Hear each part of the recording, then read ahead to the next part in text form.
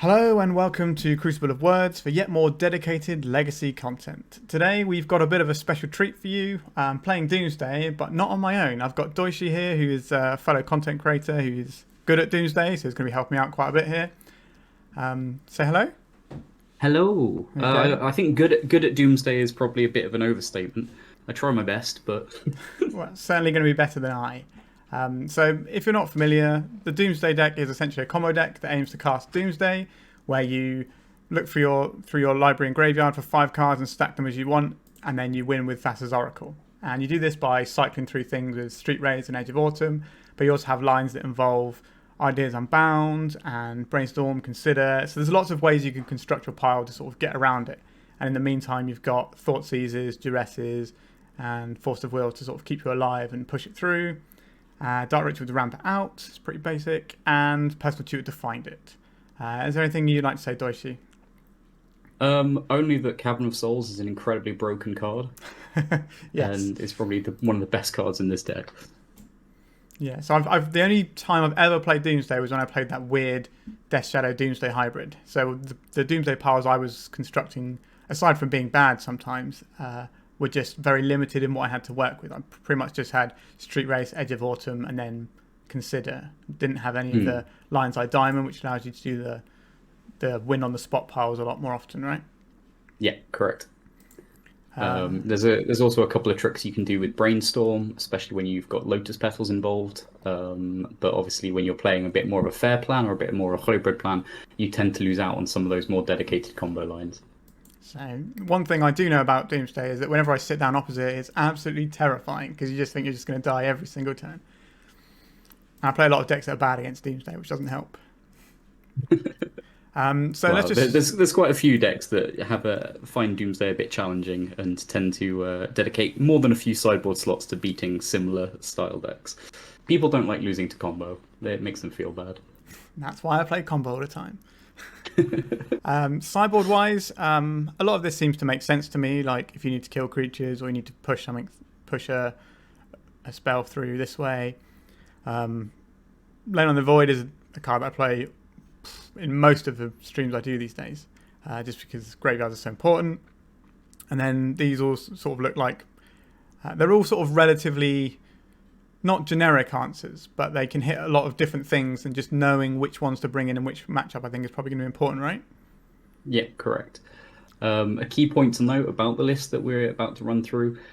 So this is my own list that I've currently got built and what I've been playing in events recently, especially in paper. It is tailored to me, so for anyone watching at home who wants to pick up Doomsday, you don't necessarily want to copy this exact 75 because this is geared towards my play style and how I like to do things.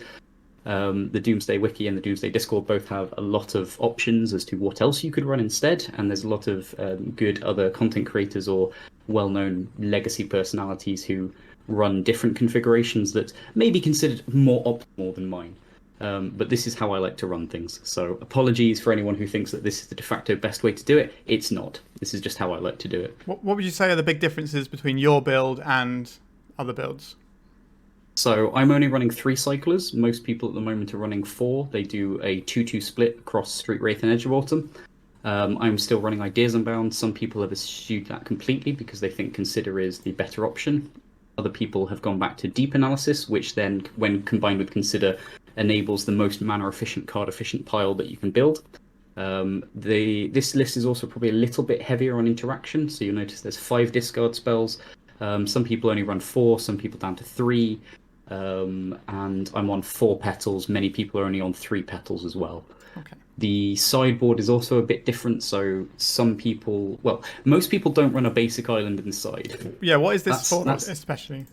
so the way I see Doomsday is it's a mono blue deck that happens to need 3 black to win the game. Okay, Yeah. and because of that, before you cast Doomsday, you pretty much only want blue mana because that enables your personal tutors, your cantrips, the majority of things that you'd be wanting to do. After you resolve Doomsday, you still only want blue mana. And so a lot of the time, the way you lose against many decks is being cut off double blue when you need to resolve Thassa's Oracle. Yeah. And having that second basic island is actually very effective in facilitating certain slow piles against decks like Loons, against decks like Det. It came up against Applejacks the other day, actually, in paper, which was quite funny, and was very relevant, being able to find it off Veteran Explorer and Moon Stompy decks as well. Being cut off double blue by Blood Moon is quite severe. So this is more to help you operate before you Doomsday rather than trying to add to the piles necessarily, because you need to be able to do this. It's both. If it's in for a matchup, it will often be in the pile as well. Oh, okay, that's good to know. Because obviously, like, this is quite a lot of food for wastelands and things here. So being able to actually cast multiple blue spells under like a Blood Moon or something is going to be important. All right. Yeah, the main deck basic island is very important as well, because that enables you to go turn 1 personal tutor, for example, turn 2 drop a sea ritual Doomsday. Don't ask me about basic swamp. I've put in various writings before my thoughts on basic swamp, and I don't think it's very good unless you're doing a more of a slower, fairer game plan. Yeah, I've looked at some of the other sort of Doomsday players, and I think it was Max Storsham is very against the swamp at the moment as well. So yeah, it's good company to be in. All right, should we jump into a league and see how we do? Let's go. So how did you feel playing the hybrid list then on the last time you were running it?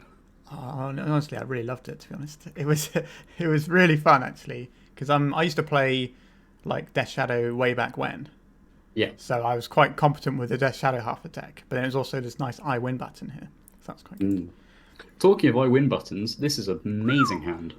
So I've not played regular Doomsday before, but I'm pretty sure I can work out what goes on here, right?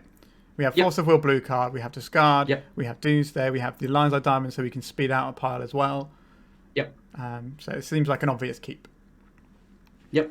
The only thing that could make this better would be if we draw a Street Wraith off the top. Let's see. So one of the things I'd be thinking about here is whether or not I want to be duressing before I try and play the Doomsday. Or should I be trying to Doomsday as early as possible, and then if that doesn't work, I can back it up with a personal tutor. But then our Force of Will won't be live, right? So it really depends what our opponent does on their turn 1. If they lead with Discard, that can be quite awkward. They've led with Misty Go, so it could be variable. I personally am a fan of the camp which is known as the ABCD camp. So ABCD stands for Always Be Casting Doomsday, in which case 90% of the time I would just crack Delta, get C, cast Ritual, cast Doomsday, and hope that 1 Force of Will plus Pitch will be enough. So drawing the Ponder here is great because it means we have the personal tutor to go again if we need to as well. Yep, exactly. So let's crack this one. Get the Underground Sea. And Dark Ritual was certainly a card I've cast a lot, so... if you knew what matchup your opponent was on, so for example, if you knew they were a fair blue deck, then it might be worth casting Ponder, for example, to try and find a second black source to then be able to duress and force in the same turn. But we're not cowards here. All right. Always be casting Doomsday. Let's see how this goes. Yeah. Like, the worst way this gets punished is if we're against, like, Delver, and they have both Force, Pitch, plus Daze, in which case that gets a little bit awkward. But at the same time, if the game goes longer against Delver anyway, we're going to be unfavored as it is. So we might as well just try and force the issue. So that looks like what's happening. So here they're going to be casting Daze. Yeah. In which case we force the Daze because we're, like, as you said, we've got the personal tutor. So we're just going to be trying to jam this one through as much as possible. All right. So we're going to pitch this Ponder and Force of Will the Daze. We can get hit by a Force of Will without putting them down to 3 cards. Okay, yep. So the mana they brainstorming. Yeah. So hopefully we get a little bit lucky. And against Delver, sometimes you do need just a little bit of luck. We're going to have to... if we can resolve the Doomsday, then we've got to worry about trying to work out what the pile is. I imagine you probably got like a pre-organised pile in mind for having a Lion's Eye Diamond in hand. Yeah. I've got a pre-organised pile in mind, even if we didn't have the Lion's Eye Diamond in hand. But let's just see if Doomsday resolves first. All right. Perfect. Right. So the aim against Delver, which is what I'm going to assume we're against, is we need to try and win quickly with a Cavern of Souls. Yep. So Cavern of Souls and Thassa's Oracle seems to be in every pile I see, pretty much. Yep.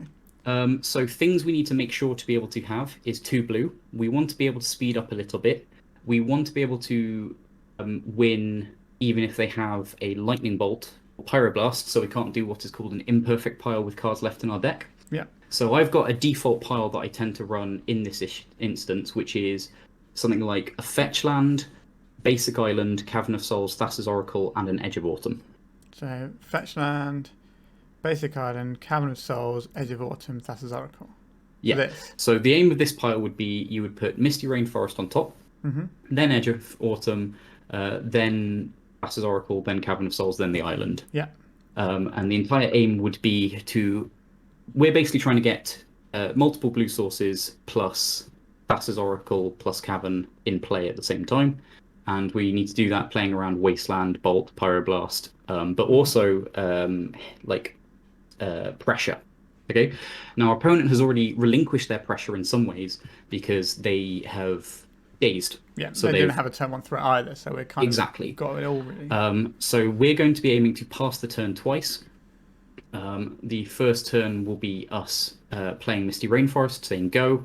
Actually, it'll be passing turn 3 times because it'll be play Misty, say go, draw Edge of Autumn, draw Cavern of Souls, and then we can try and crack Misty for Island, play Cavern, name Wizard or Merfolk, whatever your preference is. So we're basically not going to use the Lines of Diamond for this pile. No, but next turn we get to cast the Duress. Exactly. The plan. Okay, sure. So we're gonna assuming that our land stays in play. Yes, but if it doesn't, we still have the mana anyway. So exactly, yeah.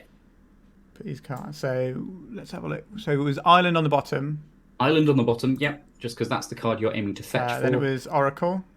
Cavern of Souls or Oracle. It's not too important. Oracle being card number 3 means that if you do find a window where you want to cycle for it, casting it off LED, say that you've got the Duress, then it's high enough in the chain that you can just naturally do that. Okay, so that makes sense. And then we have the Edge of Autumn and the Misty on top, yeah? Yeah, exactly. All right.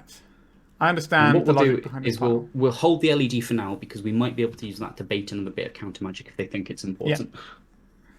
So our opponent can try and wasteland us here and just hope that we can't make it through, but they should know that a good player should know that we have built a pile around Wasteland.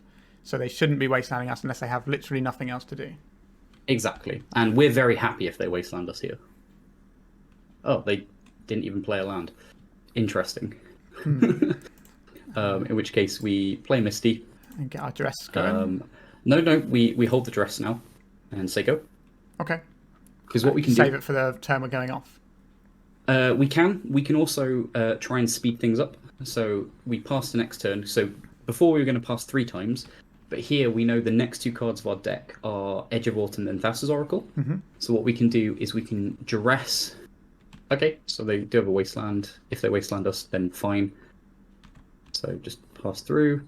But then they're not doing it. So they're throwing our upkeep. Okay. Okay, here they go. Yeah. So if they hadn't wastelanded us here, what we could have done is just let it happen when we're not here to we can't waste time. So what we could have done is duress them if the coast was entirely clear, play LED, cycle Edge of Autumn into Thassa's Oracle, making sure to crack for 3 blue and win with 2 cards left in our deck. Yep. So now what we just need to do is just pass. Yep. Just pass. So what our opponent could do is they could waste down our Misty, which would force us to shuffle our pile, but because we have the extra card, it doesn't matter either way either, right? Yeah, exactly. And the reason we put Edge in the pile instead of Shriek Wraith is just to preserve that life total, because sometimes they do get pressure down, and with Lightning Bolt in their deck, they can be very fast. So if my brain So here, works, what you can do is... crack this first. Crack that, yep. Crack that first. And if we get stifled here, we can just win next turn anyway.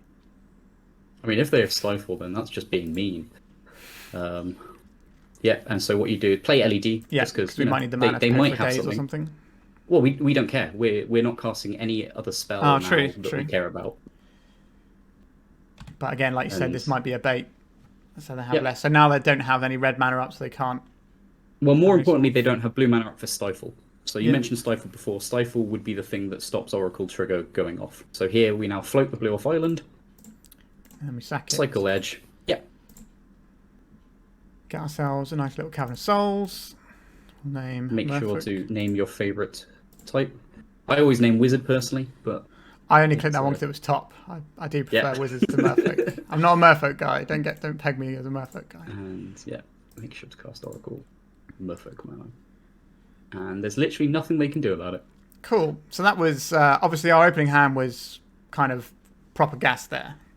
Yeah, We didn't have to work through too many things. They didn't. Yeah, we got lucky. They didn't find 2 pieces of interaction. They only had the 1. Like I think I could probably work that one out even without you on that one because of how good our hand was on that one. But this is sideboarding wise. What I'm thinking, probably something like Flusterstorm or something to protect. It would be where I'd initially go, or like the Hope of Girapur to push through. But I honestly am not sure. Okay, so what I would normally do is bring in 2 Flusterstorms. Okay. With Delver, you don't want to overboard. Their main deck is generally favored against you, but like I've tried it before where I've had 6 sideboard slots dedicated to the matchup and it didn't help, and most of the time when I was winning games it was because I was using my main deck cards rather than my sideboard cards. So the cards I would take out is Daze, because they are a much better Daze deck than we are. Definitely. And probably your choice of either Pact of Negation or a Street Wraith. Interesting. Because a lot of the time, what would be happening is we're trying to go off early as possible, where Pact isn't like relevant, and obviously, like Street Wraith, the life loss does matter, and that's a card where it's not incredibly high value. We're not normally running like multiple cyclopiles, but yeah, it doesn't really matter too much. So it does seem a little bit peculiar to swap a Pact of Negation out for a Flusterstorm, and they kind of do the same thing a lot of the time. Like, they do and they don't. This can hit stuff like earlier on in the game, but exactly, and it's much better pre-Doomsday. Pact of Negation is much better post-Doomsday because it's normally very well deployed with Ideas Unbound, for example. So when you need to have the ability to cast Oracle with a protection spell up, then you can use Ideas Unbound to draw 3 cards, of which one is Oracle, one is Pact.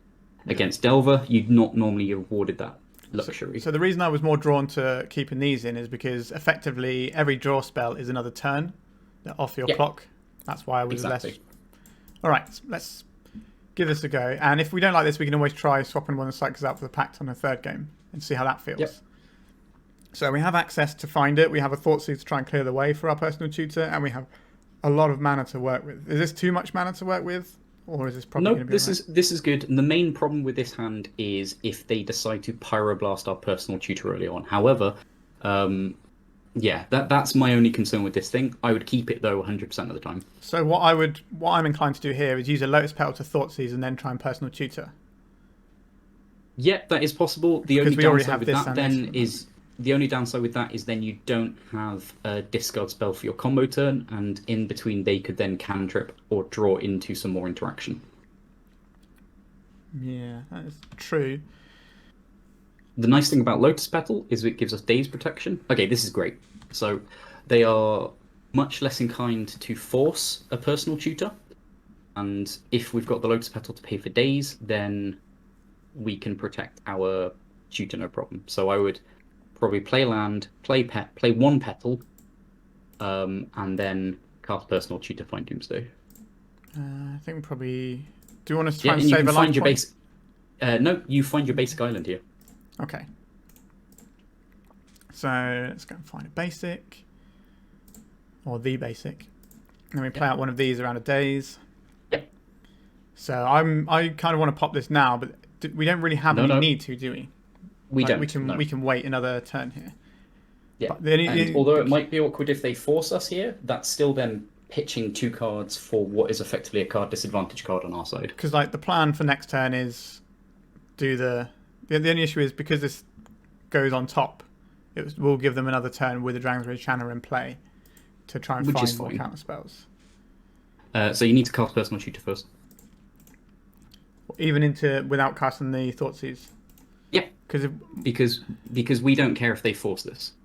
The personal tutor puts it on top. What happens if they do force this? Though? Oh, okay, just let us do it. It's unlikely that they force it. Interesting. If they do force it, then obviously we're at the mercy of the top of our deck.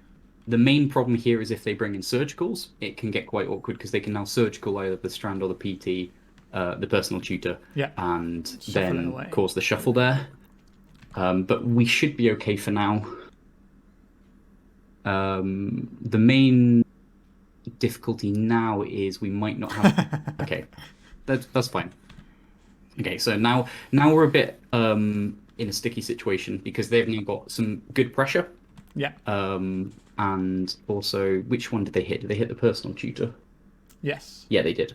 So we've also now reduced the number of pseudo copies of Doomsday that we could find. However, sometimes you just get lucky, and we might draw another one.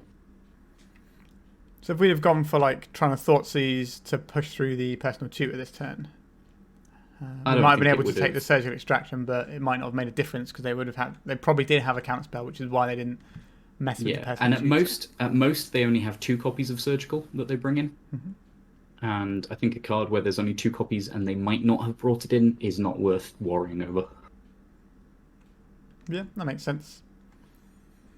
So, a lot of the way that I approach this matchup is disrespecting what they have, because a lot of the time they don't have it. Sometimes they do have it, but that's fine. Well, the thing is, the ceiling on the Delver deck is too high that it doesn't matter what deck you're playing, no matter how good your matchup would be against Delver, they can have a selection of cards in their hand that means that you can't ever win the game. Yep. And more so than any other deck in the format. And that's just the way things are. So we want to play this one out so we can't be wastelanded off of it. We do, yeah. And we're getting a little bit unlucky here with our draws, but we should just say land go. Yeah. Now, they've probably got a Pyroblast up because they've left this Vulcan tapped. Yeah. So it's going to be a little bit awkward if we do draw a cantrip. We can expect it not to resolve. It doesn't mean we're not going to be casting it because we need to, but just for sort of future thinking. Mm-hmm. So we can also start playing out Underground Seas to maybe make them use Wastelands, thinking that they're actually impacting our game plan a little bit. Because if they're deploying that instead of cantrips, then that's probably better for us. Yeah, we'd probably only play one of these Underground Seas, and then the other one we'd hold as Brainstorm Fodder. Yeah, and also if we need triple black, and for some reason we can't get these to resolve. Mm-hmm. That makes sense. I do really like the Doomsday deck quite a lot. It's a fun deck. What's really nice about it is it's so configurable to your own taste. So obviously you've played the Death Shadow sort of hybrid version before. Generally any Doomsday deck where it's got like a 50-50 main deck plan of like Doomsday plus a fair plan, we tend to refer to as a tempo Doomsday deck. It doesn't necessarily mean it's actually a tempo deck, that's just the nomenclature that's stuck. And so you can have... The young Pyromancer build, wasn't it? It was actually originally it was there was versions tried with Delver of Secrets plus Dreadhorde Arcanist when that was in the format. Oh wow! So that was sweet. That was sweet. Okay, so we probably fire off one of these Thoughtseizes now off an Underground Sea just because the Murktide is such a massive clock here. Exactly, yeah. But instant. Sorcery, land, creature. So this will make these 3/3s though. I mean, there's like, I'm going to be honest, we've probably lost this game. We might get some more information about the deck in general as well, which is always exactly. helpful. And we can take things like Pyroblast. So the Pyroblast is the take here because we want to resolve cantrips. And we can play around days pretty easily. Yeah, exactly. And if they're tapping their mana down for Expressive Iteration, they're less likely to drop something. Yeah, like you could also take cast the second Thoughtseize now and take Expressive as well, and just leave them at the mercy of the top of their deck.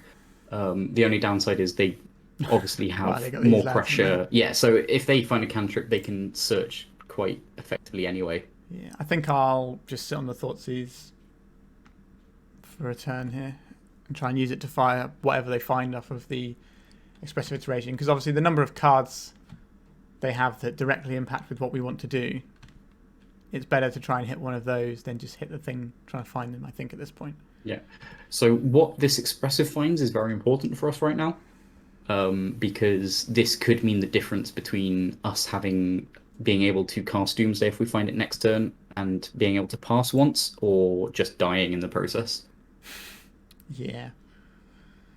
Like, it does feel like this game is a little bit over, but we took our shot, and I play a lot of combo decks where you force your opponent to have it, and sometimes they counter your thing, and sometimes they don't. And Yeah. And the fun thing was they had to have exactly surgical there because every other tool they had, so the Pyroblast and the Daze, none of those would have mattered. yeah, so there's only so much threading of the needle that's possible. Exactly. There's a saying I like to point, which is you can't play around everything. So the best thing to do is, especially when pile building, pick the one card that you're happy to lose to, and just play around the rest. It's like I always say when somebody tells card. me when someone tells me about their like weird brews or whatever. I never want to hear what their deck is supposed to be good against. I want to hear what they think it loses to. Because if they don't think it loses to anything, then I don't really trust their opinion of the deck. Yeah. Well, I guess this is Murktide? Yep. Okay. Okay, so we basically now need to find either a brainstorm and ideas unbound to then find us a couple of key cards because we have run out of time. Yep. Certainly looks that way. And we leave this uncracked so we can brainstorm with it. Plus storm. Unfortunate. So yeah, I just concede here. So obviously the difference between the Pact of Negation and the Street Oath made no difference there because we didn't see either of them. So I think I'll probably just resubmit like this. Yep, sounds good. And we're on the play this time. We're on the play, and what we're going to be wanting to do is mulligan quite aggressively because we pretty much always want to make sure to be able to cast Doomsday on turn 1 or 2. A fair hand with lots of cantrips is not going to cut it in this matchup. No. So this doesn't have anything we need, and would just be on temporary mana anyway, so it's pretty sketched. Exactly. Ooh, now this is a good hand. So we can Dark Ritual out Thoughtseize Doomsday. Yeah, so what we'll probably put away is we'll probably throw away the Force of Will. Yeah, well, we don't have the blue cards, that makes sense. Yeah, and we're going to be aiming to go off turn 1. So we're going to play Underground Sea, Ritual, Thoughtseize, Ritual, Doomsday. Yeah, and we're going to keep this so we can put an island in the pile. Exactly. Yeah, you get it. I'm learning. So Thoughtseize first. Oh. Okay. Why would you want to... Small point. So you want to Thoughtseize first there because if they were to then say Force of Will that Dark Ritual, we can't cast Doomsday. No, I'm totally with you. I'm totally with you there. So they have a Force of Will. But no blue card. Pitch to it. Okay, so can you guess what we should take here? The Pyroblast? Nope. Because the Dragon's Rage Channeler. Just they have no pressure at all. Yep. None of their other cards have text now. Okay, so I guess we can play around the Pyroblast by not having a pile that requires us. We can just use all the cyclers, right?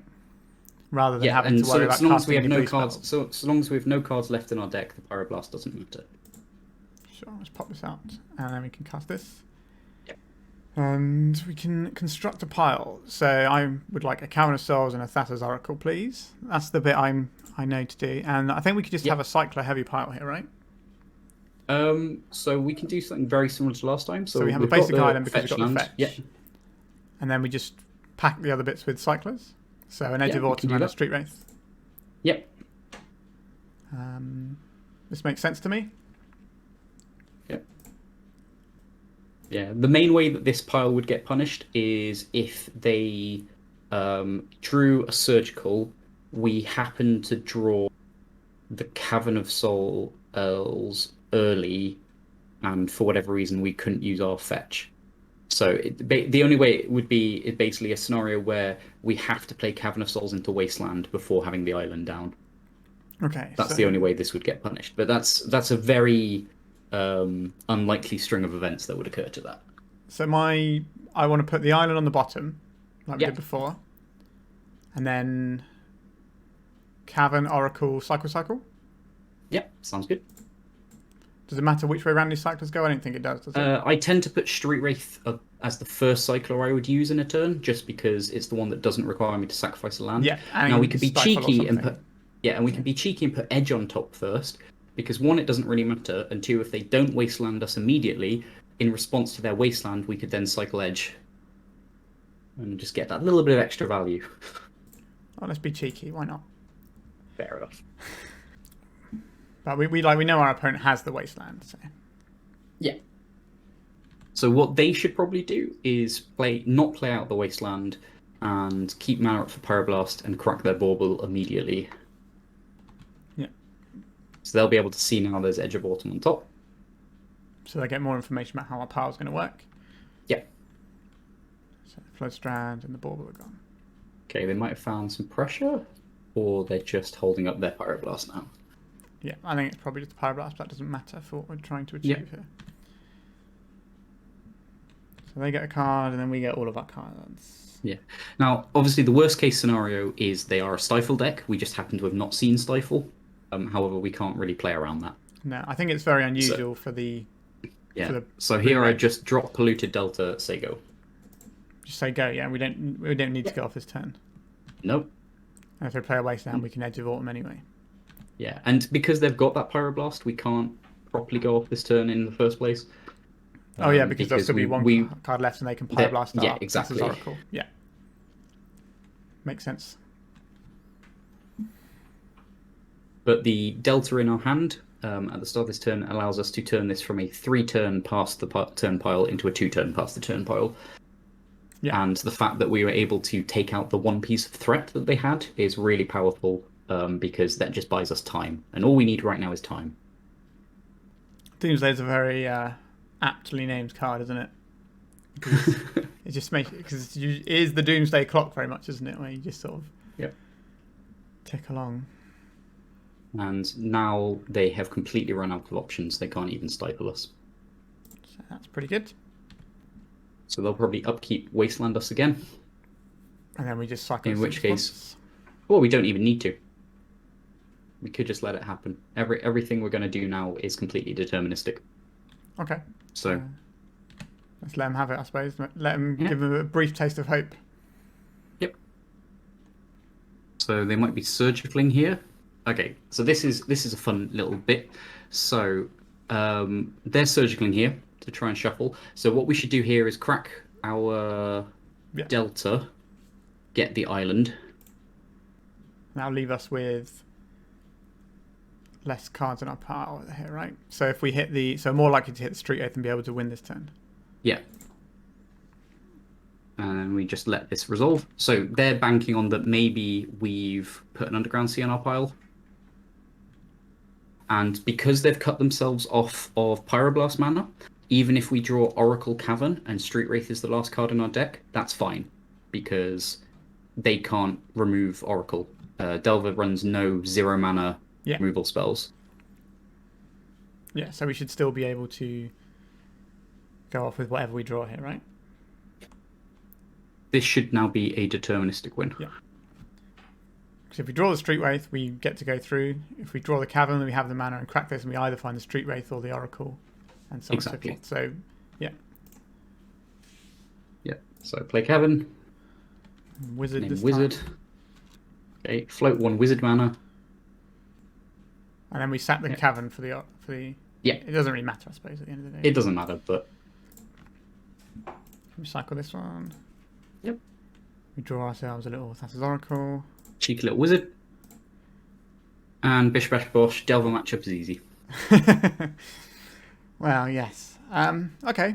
I felt pretty good about that. Like the game that we lost didn't really feel like we were in it, but the other two games felt like it was impossible to lose.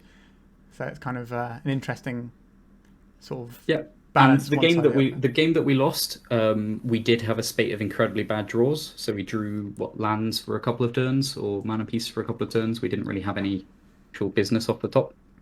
So that was just poor variance. If we had drawn a cantrip, they probably would have pyroblasted, but at the same time, because we drew so if we'd drawn that second Thoughtseize, then instead of a land, a ponder, for example, we could Thoughtseize them, take the pyroblast that we assumed they had, and then try and cantrip to find some business. Yep. So we were still in the game. It's just unfortunate that we didn't find what we needed. Right, let's go into the next round. And there you go. You have successfully won the hardest matchup that Doomsday normally faces. Cool. What are the other matchups that you're most scared of facing when you're playing Doomsday? For me personally, I hate facing Moonstompy, not because it's particularly unfavourable, but because of the way the matchup plays. So the way the matchup plays is you look at your 7, they look at their 7, assuming they're keepable, you slam them together, and whoever had the better 7 wins the game. So like playing There's standard, not basically. Yeah, there's not much counterplay to it, and it requires you to mull very aggressively, and having to try and think of whether you wish to lose to Chalice 1, Chalice 0, Chalice 2, Blood Moon, Trinosphere, or just them having pressure. I see. Yeah. That'll make sense. All right, Oh, look. so We've got a turn 1 Doomsday again. Yeah, we have turn 1 Doomsday. If that doesn't work, we can personal tutor for it. Exactly, yeah. And we might be able to do an Ideas Unbound line, but we won't really know if that's going to be good until we see our opponent's things, because we don't know if they're going to, if our Underground Sea is going to make it to turn 2. Exactly. So we probably aren't going to be doing an Ideas Unbound pile. So this is probably going to be pitched to a force. Yeah. Most likely. That's my read on this anyway. Yep. But we get to see a little bit of our opponent, but obviously we won't know. Elves. Commune with What Spirits. the hell is this? All right. What does that card do? It looks at top 4 for an enchantment or land. Exploration. Okay. Is this lands or is this Enchantress? Either which way, this is great, because we're probably resolving this Doomsday without needing to pitch anything. And the only card we're likely to need to worry about now is Endurance. Yeah. And we have the counter spell for that. So. And they're just F6. Also, they might just concede to this Doomsday here, because sometimes Fair decks do that.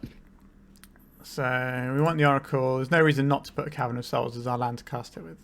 Exactly, yeah, because they could be running main deck Pyroblasts, because lots of decks like to do that. So the main thing here is to make sure we do not get cut off blue-blue. Yeah, so we have 2 lands in hand that should be able to keep us... We still want the basic island. Yeah, because we can't play Seiju 2 is a lands in one card. turn. So Yeah, we won't be Ghost able to Quarter do is it. a card. And then do we just want Cyclers?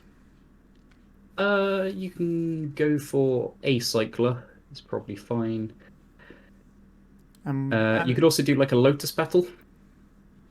Because what we could do is, if we think our land is going to survive, we can play Underground Sea, cast Ideas Unbound, draw Cycler, Petal, Petal, Oracle, for example. Or we could start with a Petal to go, so use the Sea Petal to cast Ideas Unbound, hold up Force, pick Personal Tutor, draw into Cycler, Cavern, Oracle, Petal, and then cycle into whatever the last card is, which could be Pact Negation, for example. Interesting. Oh no, sorry, that was too many cards. It's Sorry, a lot of options. you can't. Yeah. So, what cards are you happy to lose? What cards do you think they might have? They're probably a fair green-based deck. Okay, gonna have Endurance. If they've got enchantments, they might have like Deafening Silence type things as like a... And they've got Exploration, so they've probably got Wasteland effects. Yeah. Or Beseiju. So they probably don't have pressure. Okay, so we can take it slow. Mm-hmm. So we could just build a pile that has a couple of Cyclers, a couple of land drops, and just keep it chill. So just put in like 1 of each Cycler to finish it off. Or 2 Street Wraiths. Yeah. 2 Street Wraiths is probably better. Because with this many lands, there's a cool pile we can do which plays around double Endurance without having to use Force of Will. Okay. So we'll go for this pile. And then we have to work out where they all go. So because we're not fetching this time, we want the island near the top, right? Yeah, probably. Which means we don't want it to be the top card. Because we want to be able to Street Wraith early. Yeah, so we're probably looking at Oracle or Cavern on the bottom. Doesn't matter which way around they go. Cavern on the bottom, I would say. Because they're not a counterspell deck, so we might be able to go off early. Yeah. Yeah, okay. That makes sense to me.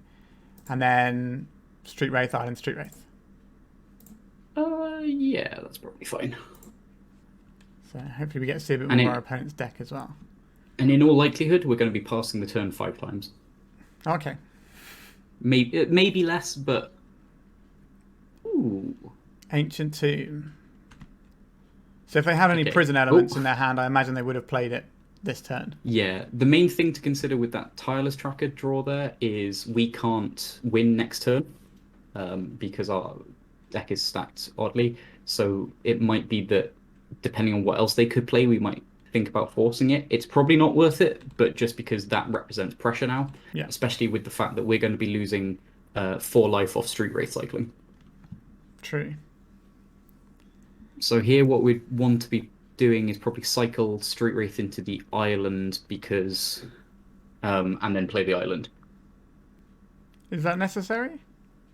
It gives us a non-wastelandable mana source, and we know they've got an exploration in hand, right? So they So could they have could, two in theory, wastelands. play forest, wasteland, wasteland. Yeah. Okay, I'm with you. The main way this gets punished is if they are able to generate a clue, crack the clue for beats, hit us down so that our Street Race cycle takes us to 1, and then we can't force pitch. Yeah. If we have to counter an endurance or something. So we have to be very careful on if this Force of Will needs using or not. Which is why I didn't really think about even using it on entire track because I was so sort of zoned in on it needs to hit an endurance. But maybe it was a thought because this is now going to be a 5-power guy. Yeah, only if they crack the clues though. Okay. Well, they can still crack the clues obviously if they have another land in hand. Yeah, so and this is cracking one. also the reason that maybe we wanted to put a Lotus Pattern on our deck, because this then allows us to cast Ideas Unbound. So we're going to be in a situation now where we're going to have to Force of Will that we're not going to be able to Force of Will, right? Because this represents exactly. 2-turn clock. And I'm a little scared that they're not... Okay, they are cracking another clue. Means they have a lot of cards. Yeah. Which is a bit But the important thing is they now can't represent Pyroblast. So we're now only worried about Endurance, but we can't play around it, so we have to just go for it here. Yeah. So we have Thassa's Oracle is the next card down. Correct, yeah. So we just cycle Street Wraith. Yep. And go to 1. And try and... We might as well play And out hope land they don't first. have anything. Yeah. It's free to do so. As long as it's not the Watery Grave, obviously. Okay, they didn't have the Endurance. So if we did counterspell this early on, would we just hope that we can loot through our deck twice to get around an Endurance? What we would do is just probably pass the turn until we have 4... until we have... we would just basically go land go for a number of turns. And then depending on how many turns that lasts... So instead of cycling Street Wraith into Island, we would just play C, say go, right? And then we would find on the... Once we get into 3 cards left in deck, we would cast Ideas Unbound, assuming we had all our lands in play, and just try and win off that. If they let Ideas resolve and Endurance us, we can then Street Wraith twice, I believe, to get enough cards left, but it would only be 1 Endurance. Okay. So for this matchup, I'm not entirely sure what my opponent is doing. So that makes me more inclined to lean towards like sort of generic cards like Chain of Vapor or even Force of Negation for like for enchantment-y stuff, perhaps. Yeah. So what I would do here is bring in Force of Negations, Chain of Vapors, and the basic island. So quite heavy sideboard this time. Reasonably so. The Chain of Vapors might not be necessary, but there's no harm in having them, and they're certainly better than a lot of the other cards that you're going to be taking out. And they're blue cards, so... The main way that our opponents... So I don't think this... Well, this dress might be okay, but I think they're more likely to play creatures that do stuff to us, right? But yeah, so I would take out all 5 discard spells. I would maybe leave in 1 Thoughtseize, but I'd probably take out all 5. So with the one you leave in case you want to put it in a pile to hit an Endurance or something? Exactly, but most of the time I wouldn't do that. Okay. I would also take out the Daze. Yeah, so we're just sort of trying to counter the things that matter and then keep the rest of the engine pretty much the same. Yep. And Pact of Negation stays in because you can, as I said before, use that in an Ideas Unbound pile, which can then counter something Endurance that they or might have something. that's tricksy. Yep. So I think what's most likely to be here is some sort of like prison-y piece, whether that's an enchantment or an artifact. And then on our turn, it's probably going to be an Endurance. Those are the things that I'm looking at. And Pyroblast, obviously, because it's got red mana. So the worst start that we could face in this matchup is if they go Ancient Tomb Chalice and we have kept a hand that's really good but relies on Ritual or Personal Tutor. Without a force effect, obviously. That makes sense. So I play quite a lot of mono whitish deck. Like I play mono white painter quite a bit, but I've tried playing a hammer and all sorts of stuff in Legacy, and I find Doomsday is just terrifying. So this doesn't give us our combo, so we can't keep this, right? Or do we keep this and try and ponder into it? It's close. We don't keep it because we've got 3 ritual effects. No. We've got the Cabal ritual, which means if they do have the chalice, we can still have the 3 black easily. However, it would stop the ponder, and we have no other business. So yeah, we'd probably mulligan this away. We have a lot of counter spells here. This hand's pretty good. We have to get Seas here, right, to make sure we can cast our... We do, yeah. But if the Wasteland isn't there, we have turn 2 Doomsday. Yeah, okay. So we keep this. Yeah. And we probably bottom one of the Force of Wills in case of Cabal Therapy or some random stuff, because it could be some sort of like Jun Nick Fit maybe? No, I'd bottom the Pact every time. Okay. If they have Cabal Therapy, all the power to them. I respect it. Seems unlikely they would have that. Yeah, and especially if they name Force of Will off their first therapy, it's very unlikely. Rather than something like Doomsday or Brainstorm or something. Exactly. You're going to see the Green Sun's X is just going to be for a Dryad Arbor. Dryad Arbor, yeah. You don't need to worry about that one. You've got to save these for the important spells. Yep. Is there... Now that we have this, do we play a fetch, leave it uncracked, and use a Lotus Petal to cast the Personal Tutor, and that way we can play around Wasteland? Nope. We use Golden Tarn. No, we get Basic Island. Okay, then we can use these 2 for Black Mana next turn. Or even better, we could disrespect, because they might have Collector Oof. So it's whether you want to use Force of Will and Collector Oof or not. Okay. Yeah, I think you could probably get Basic Island with this. It's interesting how many just tiny little things you have to think about. Yeah, that's why I really Doomsday is very much a deck that rewards overall metagame knowledge, similar to Death and Taxes. Yeah, the other thing that we might want to think about is whether we cast 1 petal out. We probably don't, because the only thing that plays around is Mindbreak Trap if we play 1 now. However, it could open it up to being Rex-aged, or they know they have to get Oof, so they go for an Oof line or something. So we might as well just hold the information back. Yeah, that makes sense. Especially since this is running more Lotus Petals than other builds as well. Yeah. So people were less likely to just think Collector Oof is what you want to grab against a Doomsday player. Yeah. I mean, it's still better than most 2-drops you can get with the Green Sun Zenith. True. So our opponent has not cast anything. And they do have a Misty Rainforest, which is making me wonder. But we do have the ability to force back if necessary. Yeah. So, I mean, you can probably guess what we're doing here. Yeah, always be casting Doomsday, right? Exactly. Get ourselves a C. Cast this one. This one. And cast this with black. Black. Okay. So are we looking for just a very similar pile to last time, or is there a way that we can try and play around more things? So similar to last time, we already have... So yeah, keep Cavern in there just because they might do something like play Chalice on 2, which can be a little bit awkward.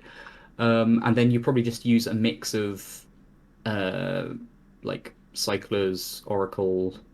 So like I would probably do 2 Cyclers, and then maybe the other basic island as well. You could. I mean, instead of a cycler, you could also put a fetch plus the basic, so that acts then like as a pseudo cycler, but also plays around, say, Beseiju.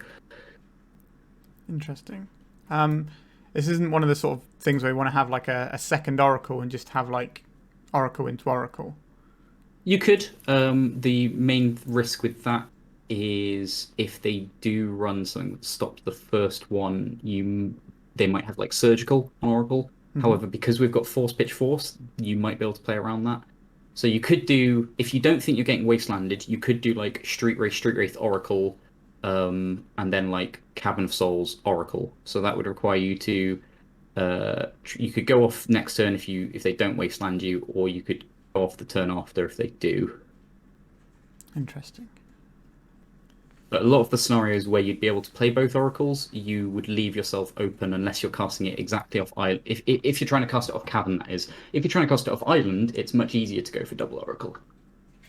But like you said, there is the potential of some sort of chalice because they are An ancient tomb deck, yeah.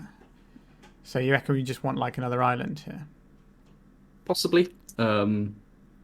It's whether you think they have like Blood Moon or something. Seems unlikely, but not impossible. Yeah, you face all sorts when out in the wild. Yeah, I think there's not like some sort of consider pile that we want to like speed up a turn potentially or anything. You could do.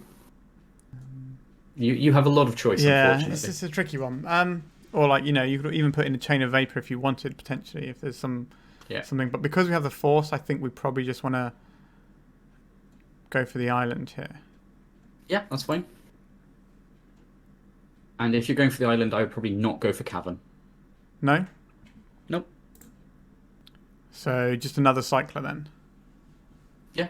I think, but we probably want the Street Wraith because if they endurance us, we want to have our basics. I mean, right? endurancing us doesn't matter too much because we're still going to be putting at least 3 cards in the bin because we've got the original Doomsday will be in the graveyard plus the 2 Street Wraiths. Okay. All right.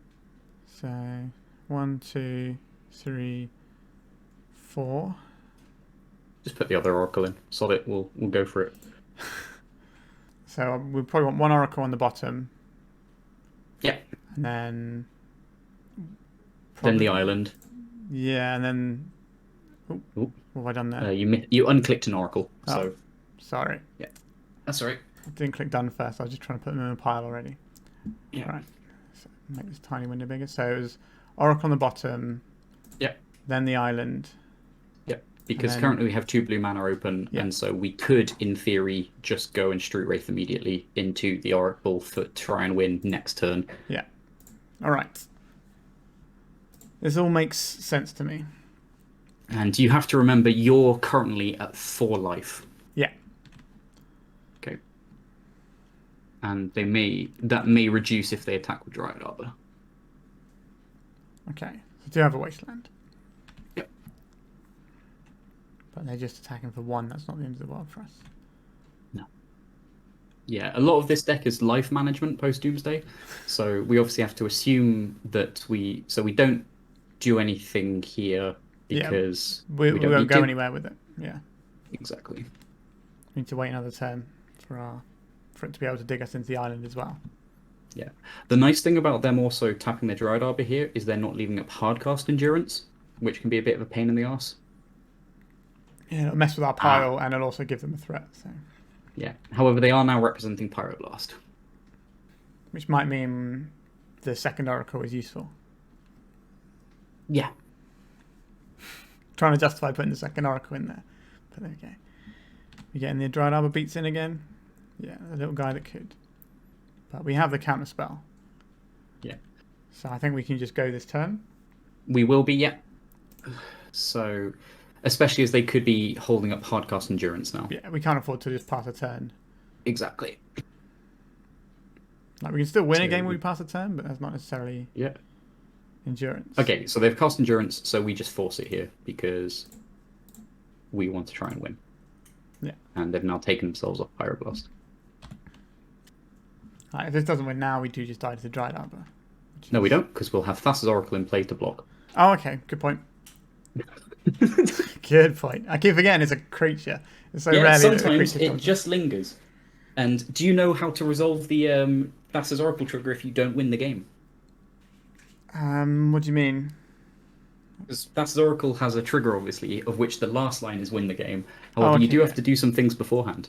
Yeah. So you, it's like you look at the top and you can choose 1 card, right? Yep, up to 1 card, and that card stays on the top of your deck. The others get put to the bottom. Yeah. I played when I used to play Arena. I played a sort of weird blue deck with the devotion to blue thing that drew a load of cards and corridor one to untap it, and so basically just add loads and loads and loads of mana, and pretty much just draw your deck and win with a Thassa's Oracle eventually. And it had like the Chadwick or whatever he's called, the ex blue guy that draws cards and taps things down. That deck was quite fun. So I cast a lot of Thassa's Oracles like naked without anything there, but they never really blocked or did anything. They were just 2 blue pips that stayed on the board. Yeah. So having like a lot of people run 2 oracles in the main now, and I have to admit I was not a double oracle believer for a long time. But this year I've found it really makes a difference. Because I previously only had 1, then I had 1 in the sideboard, and now I'm just like, yeah.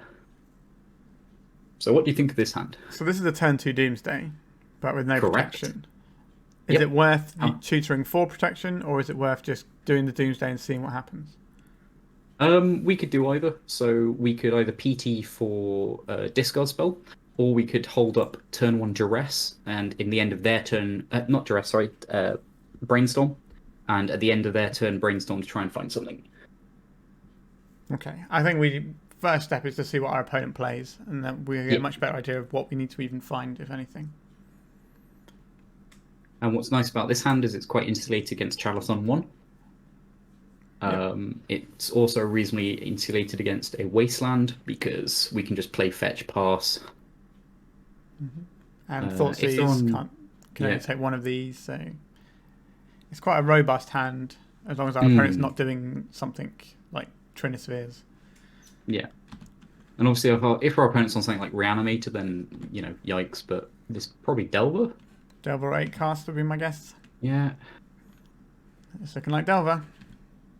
So I also faced Tess. I faced Tess the other day. Oh yeah, Tess does with Bauble. The Bauble they had really threw me off because I didn't know they ran Bauble. Yeah, they cut their ponders for it. That's a terrible idea. I don't know. It seems alright actually. Like Brian Cook 5-0'd with it the other day. Yeah, but Brian Cook would 5-0 with like a ham sandwich, right? So here I'd probably just play Tarn, play Petal, say go. Yeah, that makes sense to me. And then we can Doomsday and try and get a force of... Well, the only problem with the Doomsday next turn is that it can be dazable, isn't it? And if they cast something off this Volk, tempted to say we Brainstorm, but maybe not. Maybe not. But we're passing to them anyway. We're not trying to find a thing because we've got an extra redundant one here. No, yeah, because at the moment we just want to get our mana in place, and they've been very nice and not presented a threat on turn 1. Yeah, that makes sense because I remember we're just trying to build up into black mana. Yeah. The other nice thing is Brainstorm is one of the biggest enablers for same turn wins. Which, if we draw, say, like a ritual, we then have the mana to be able to do. Sure. So you just want to try and snap it off, or do we want to wait because they presented a threat? They haven't presented a threat. However, what I'd probably now do is personal tutor for a discard spell. But I'd probably do it off of Basic Island. Nah, sorry, we're here to disrespect. We do have a lot of. We have so much mana. Yeah, we do it off an Underground Sea. But make sure to play another land before you cast personal tutor. Yeah, so you don't get hit by the daze. Yeah. You also might consider fetching beforehand with this Delta as well, just because what they could do is wasteland the Delta. And then force us to... Force the shuffle. Yeah. So this is going to be Underground Sea as well to cast Doomsday. Yeah, it would be. Makes sense. Let's grab one of these. And what's also nice is then, if they do, say, Pyroblast the first personal tutor, we can just cast another one. Okay. No, not Doomsday. Discard spell. We want to get a Duress. Yeah, we value our life total in this matchup. We do, yeah. That makes sense. So that's going to give the information that we have Doomsday in hand as well.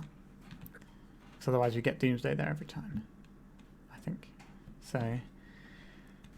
Okay, so if they wasteland this untapped Underground Sea, we might want to Brainstorm here. Okay, Murktide. Okay, so now we want to Brainstorm. Jeez. Yeah. Main deck counterbalance. Maybe this isn't Delver. Ah, perfect. Okay, this is good. So we're just putting a couple of lands on top here, right? And then draw into the blue delta. Yeah. So this is the one we really don't want to draw. So we get Yeah, rid of this one. exactly. And then we just put this. Yep. And then we that can. was all. Do we? So what? Do we test the top with a personal tutor? We do, yeah. Actually, wait. No, we don't. Or do we not? Click OK. So, how many cards do we have in our graveyard? 5 at the moment. Okay. So what we can do here is play Delta. The fetch will be card 6. Pet will be card 7. So we can, we can test the waters with personal tutor, crack fetch, cast Cabal Ritual, assuming that they don't have a 2. The main problem is if they have a 2 on top, because then we can't cast Doomsday. I guess we could. There's no point doing the naked Doomsday because we're worried about counter spells anyway. Yeah. So we have to at least try and see the top of their deck and or their hand. It might be worth actually casting Cabal Ritual first. We'll just cast this now off of lands. So, but no, we'd get Threshold. Okay, so we crack this and then we crack the petal, so we get Threshold. Because we know we don't want the top of our card anyway, top of our deck anyway. I think we're just all in on Underground Seas at this point anyway. So 1, 2, 3, 4, 5, 6. Yeah, so we crack this for black. Petal. Yeah. Do we cast the Cabal Ritual here or do we cast the Duress first? We cast. It can be. I think the ritual's more Duress likely first. to resolve, right? Yeah, dress first is fine. See what I mean, ones are less likely to resolve than anything else, right? I would imagine so, yeah. Force of Wills. They have a 5 on top. Perfect. Okay, this is great. So now Because we're not casting any 5-drops. Unless you really want to cast a Street Wraith. Days, Okay. Force of Will. Okay, this is good and awkward at the same time. So we take the Force of Will. Okay, we know they've got a Force on top, which is horrible. However, they... what we can do is personal tutor for another discard spell. And then the Cabal Ritual will give us enough mana to go through the next turn. So we know that their top card is Force. Okay, we know that they've got 2 Daisies and Brazen Borrower in play, in hand, so they're going to be able to cast that Force. We are going to have to fight through that Force plus the 2 Daisies. Yeah, but if we resolve a Cabal Ritual now, if they don't daze it, then we're all right. They should daze it. They are going to, they're going to daze it. So we could use that to say, right, we're happy to get a daze out of their hand, but I'm not sure we are. Because then we still need more mana to cast a Doomsday then, so we probably do need the personal tutor here for a discard spell. Yep. No, I follow that line. That makes sense. I mean, the problem obviously being that they could just put a disc, like a 1 on top from drawing the Force of Will anyway. That'd be awkward. Yeah, but... Yeah, just grab an Duress. You can't beat everything, right? So... No, and they seem to be incredibly hateful, especially with, double Force, double Daze plus Counterbalance. Like, whoever they are, they've been hurt in the past. And they're a Wasteland deck as well. That's for good measure. Yeah. So now the trick here also is we need to remember that they have 3 power that they can put into play at any time. Yeah. So... Okay, so here I think what we do is we probably lead off with Cabal Ritual. We want to crack this first so we can play around days. Probably the Cabal Rituals, they have 2 days, so they can just bounce both. Right. They could, but then that's 2 blue cards out of their hand, and then they have to retain the Fairy as a pitch spell for Force, right? Let's see what happens. Obviously, the top of their library could just ruin us, but let's see what happens. But I mean, that's counterbalance. Hey ho, that's counterbalance for you. And we're very happy to trade Ritual for Force plus pitch or 2 Daisies. Yeah. Ooh. So they got rid of the Brazen Borrower and the Force. Yep. Without even seeing the counterbalance. Yep. That's wild to me. So I think we just fire this Duress off and take a daze here. And then maybe draw a land next turn. and cast the Doomsday. Okay, so got Brainstorm on top, which is... Okay, so that's like the worst case scenario. What did they pitch? Oh, they pitched the Brazen Borrower. Brazen Borrower, okay. So take out Petty Theft from their hand view. And that's good because they no longer have a 3 that they can put on top for Doomsday itself. So we just pass here. Yeah. Tricky. It's interesting that when you see Petty Theft and Brazen Borrower in the client, it shows you both as separate cards. Okay, so we know they're drawing Brainstorm for turn. Oh, ooh, are they thinking about brainstorming here? Who knows? Surely, well, because they don't have the Brainstorm in hand yet, so they don't have anything. They just have 2 daisies right now. I think they're just making a cup of tea or something. All right. So what our opponent should be doing here now is trying to find some pressure. So these could be anywhere in the mix. Yeah. My guess is they're going to keep at least 1 in hand. Murktide? Okay, if they drew Murktide, then they've probably got both in hand unless they drew a Force. So we could draw a Dark Ritual here, and they might not have a 1 or a 3 on top. And still be fine. This lets us pay for the daisies. It does. So how big is their Murktide? 6/6. Okay. So we need a pile. Yeah, I think we just cast LED and try and cast Doomsday because we will have just enough life. Yeah. On the plus side, we have 3 mana to work with here. Yep. Okay. And we're just jamming Doomsday here because I don't think it gets any better for us if we hold it up. No. And we'll see what our opponent left on top. I can't imagine there's a lot of 3s in their deck. So we just okay, LED. Crack LED. Joke's on you, opponent. We don't have a hand.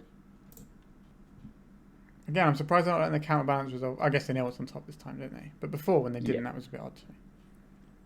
Yeah, it might be they have like a bolt on top, which is unfortunate, but oh well. So here we're going to be on 2 life when we finish resolving Doomsday, because we'll be on 8 from the life loss of Doomsday, and we're going to get hit by the big boy, yeah. So we can't really play around anything. We need a cavern though, right?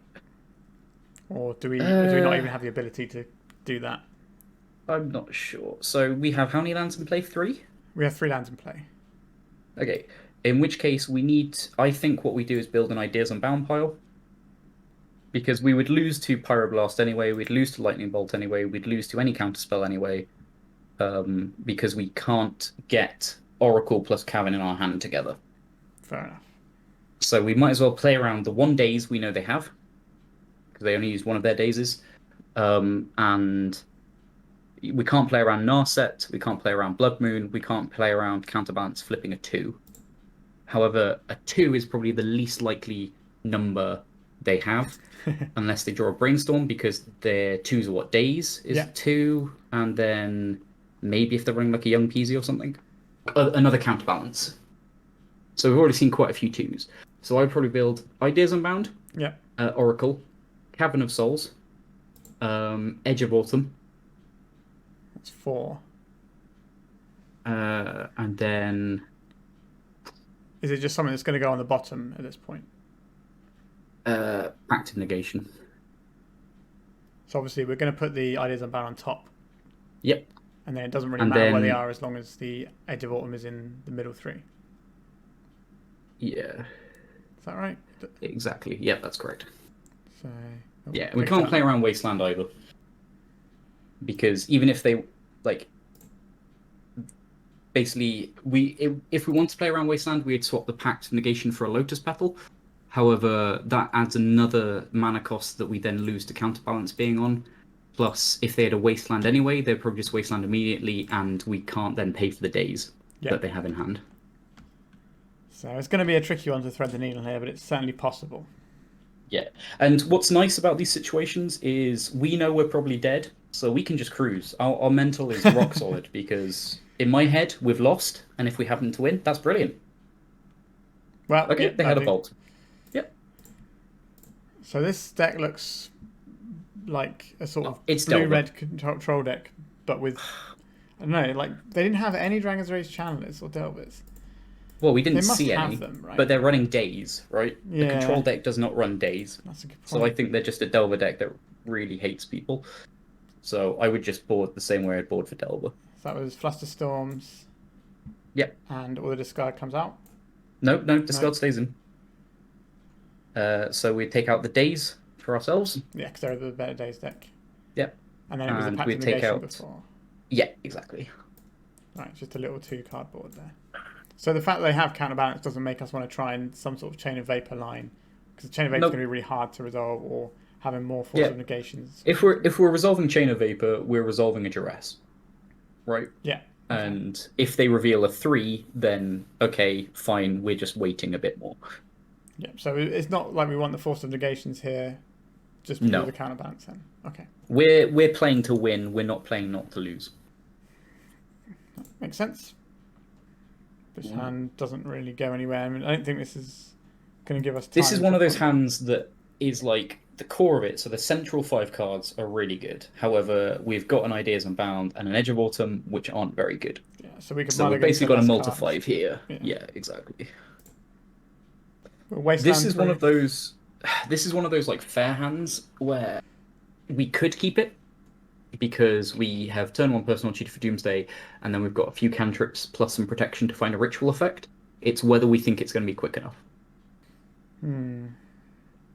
And it's also whether we think that instead of trying to look at 4-5 cards of Consider plus Brainstorm, we get better chance at looking at 7 cards by clicking Mulligan to try and hit that turn 1 or turn 2 Doomsday again. So obviously I've not played a lot of Doomsday, so how much likelier is it that we hit the, or is it a sort of 50-50? I like mulliganing aggressively, especially on the play against Delver. Okay. Boom. Ah, no, not boom. Wrong one. Sorry. That's no, wrong one. I'll probably just keep going. Yeah. Well, at this point we're kind of amongst. This is fine as a 4. Yeah. Yep. We've got ritual protection, a bit of cantripping, some mana. At a 3, you can't keep. Obviously. Yeah, 3 you can't keep ritual Doomsday mana plus protection. And here we probably throw right back the Underground Sea. Why the Underground Sea over the Pluto Delta? Interesting. Just because Delta could fetch Basic Island. Okay, so we're gonna keep the Delta. Yeah, we're probably fetching Sea anyway, but at the same time, our resources are limited, so you know, our resources are limited against the Wasteland deck. We're probably not winning this, but that's fine, because we've already won one Delver matchup in this league, and thus, you know, that's 50-50. I don't think we want to do any action this turn. I think we want to wait and hold this up. We're just chilling now. Yeah, exactly. And until they display pressure, we're just chilling. Yeah. We don't want to expose ourselves to Wastelands. Exactly. Although you could definitely see an argument for wanting to get the duress down before they cast the counterbalance. True, but at the same time, we don't know how much we duress, take counterbalance, they wasteland us, we're still not playing the game just as much as if they had counterbalance. Okay, so they've baubled themselves. So they look like they want to draw the card that's on top, which is good to know. So what we could think of doing, given that case, what we could have thought of doing is maybe trying to brainstorm off Underground Sea, so that if they did have a Daze or a Pyroblast, they would have to crack the Tarn and not draw the card they wanted to draw. Just as a small thing. Yeah. That's interesting. Like, we still have the option of doing it now, but... it's not as effective now, because we no longer are able to keep up Ritual Doomsday mana on our turn. Okay. Okay, that's a good draw. Just play Sea Pass. We can brainstorm in the end of turn if we feel the need. Yep. And if they wasteland us, I mean, so be it. If they wasteland us, we probably do try and brainstorm off it. Okay, they didn't. They're not casting any sculpting spells either. No. So they're definitely going to have at least one Pyroblast in hand. So here we could consider brainstorming, but it's probably going to get Pyroblasted. But at the same time, like, I guess at least we're forcing them to use mana, but at the same time, currently them not doing anything to us is nice. So I don't think we yeah, need to have any action right now, right? no. I just want to get some more cards into our library and see how we do. Yeah. Ooh, okay, this is good. So now we can start firing off discard spells at them. Yeah, because we have the backup one So for the combo turn yeah, anyway, and this can hit a threat if needs yeah, be as well to buy us more time to draw more yeah. cards. And you can't Pyroblast a Thoughtseize. Never hurts seeing what your Uh, opponent's working with either. so this might be a Fluster or a Spell Pierce, or it could be a Brainstorm if they're like super paranoid. But in all honesty, they should probably just let this resolve. Yeah. So we can take their force with our duress. Lightning Bolt is a problem. Murktide can be a problem. Brainstorm makes their hand much more powerful. 1, 2, 3, 4, 5, 6, 7. So they can make Murktide next turn if we don't take it. So I think we probably take might Murktide here Murktide. because our duress hits everything else anyway. Yeah, exactly. And this massively cuts our game time in. So I think Murktide is the correct pick here. Yep. And given what we know of their hand, we could also just duress now and take. Oh no, they've got Brainstorm, don't they? Yeah. Yeah. Sorry. Okay. Ignore that. Just pass and chill. Sure. So it's a Brainstorm. Yep. They're cracking. So some out of these may not be in their hand. It's probably the lands they've put away. Everything else they should probably keep. Okay. Nothing we can do about that anyway. Nope. I'm just passing. Just playing this slower game. And we just chill. Yeah. They're still not presenting a threat. Just a nice old-fashioned game of draw go. Yeah. I mean, Doomsday is a combo control deck. It's just most of the time we pretend the control bit doesn't matter. You got quite a lot of disruption effects in the deck. So. Yeah. Murktide Regent. Okay. So you could. Here it's interesting because the Murktide obviously presents a bit of a clock. So you could actually consider forcing this, or you could consider trying to brainstorm to find a blue card plus finding out what else we're going to be doing with our turn anyway. I feel because our opponent has played a Misty Rainforest and we're not getting Wasteland, I'm more inclined to make the Brainstorm play this turn. Yeah, that's fine. Like, and again, we just need to, as long as we think about the fact that we've probably lost this game already, it's like much easier to like make plays because it doesn't matter. That's a really interesting way of looking at it. Yikes. Yeah. So this is awkward. Roy Graves scoring Tarn on top is pretty easy. But yeah. We're not really going anywhere here. We do have the Lion's Eye Diamond for maybe doing a fast pile if we can find it. But we're not going to have many turns to do this. We're not, no. So that was unlucky. So I think if we pitch our Brainstorm to do this, then we're probably not going anywhere anyway. No, we're not. Play this. Yeah, just say go. I have to make sure we crack because this. we've got this ritual in hand. Our mana's pretty secure, especially with the LED. Best draw here would be another Brainstorm off this Tarn. Spread of Iteration, pretty good. So we have to crack this Tarn because we know the next card is already great. We do, yeah. I need to remember not to pass through. Accidentally press 2 instead of 1. I've done that a few times. It's very embarrassing. Just pass through the turn instead. Well, we can still crack it in our upkeep. Yeah, right? true. Have we got a stop on our upkeep? No, it hasn't come back in since the client changed over. Yeah, I have a lot of stops on my Modo client when I do play. Bash us down to 12, which is not great for us. Just crack this now. I think we're in Underground Sea territory. Yeah, we're not able to respect Wasteland here, so we don't. That ship has sailed. What do we got? Thoughtseize. So I think we do fire off the duress now.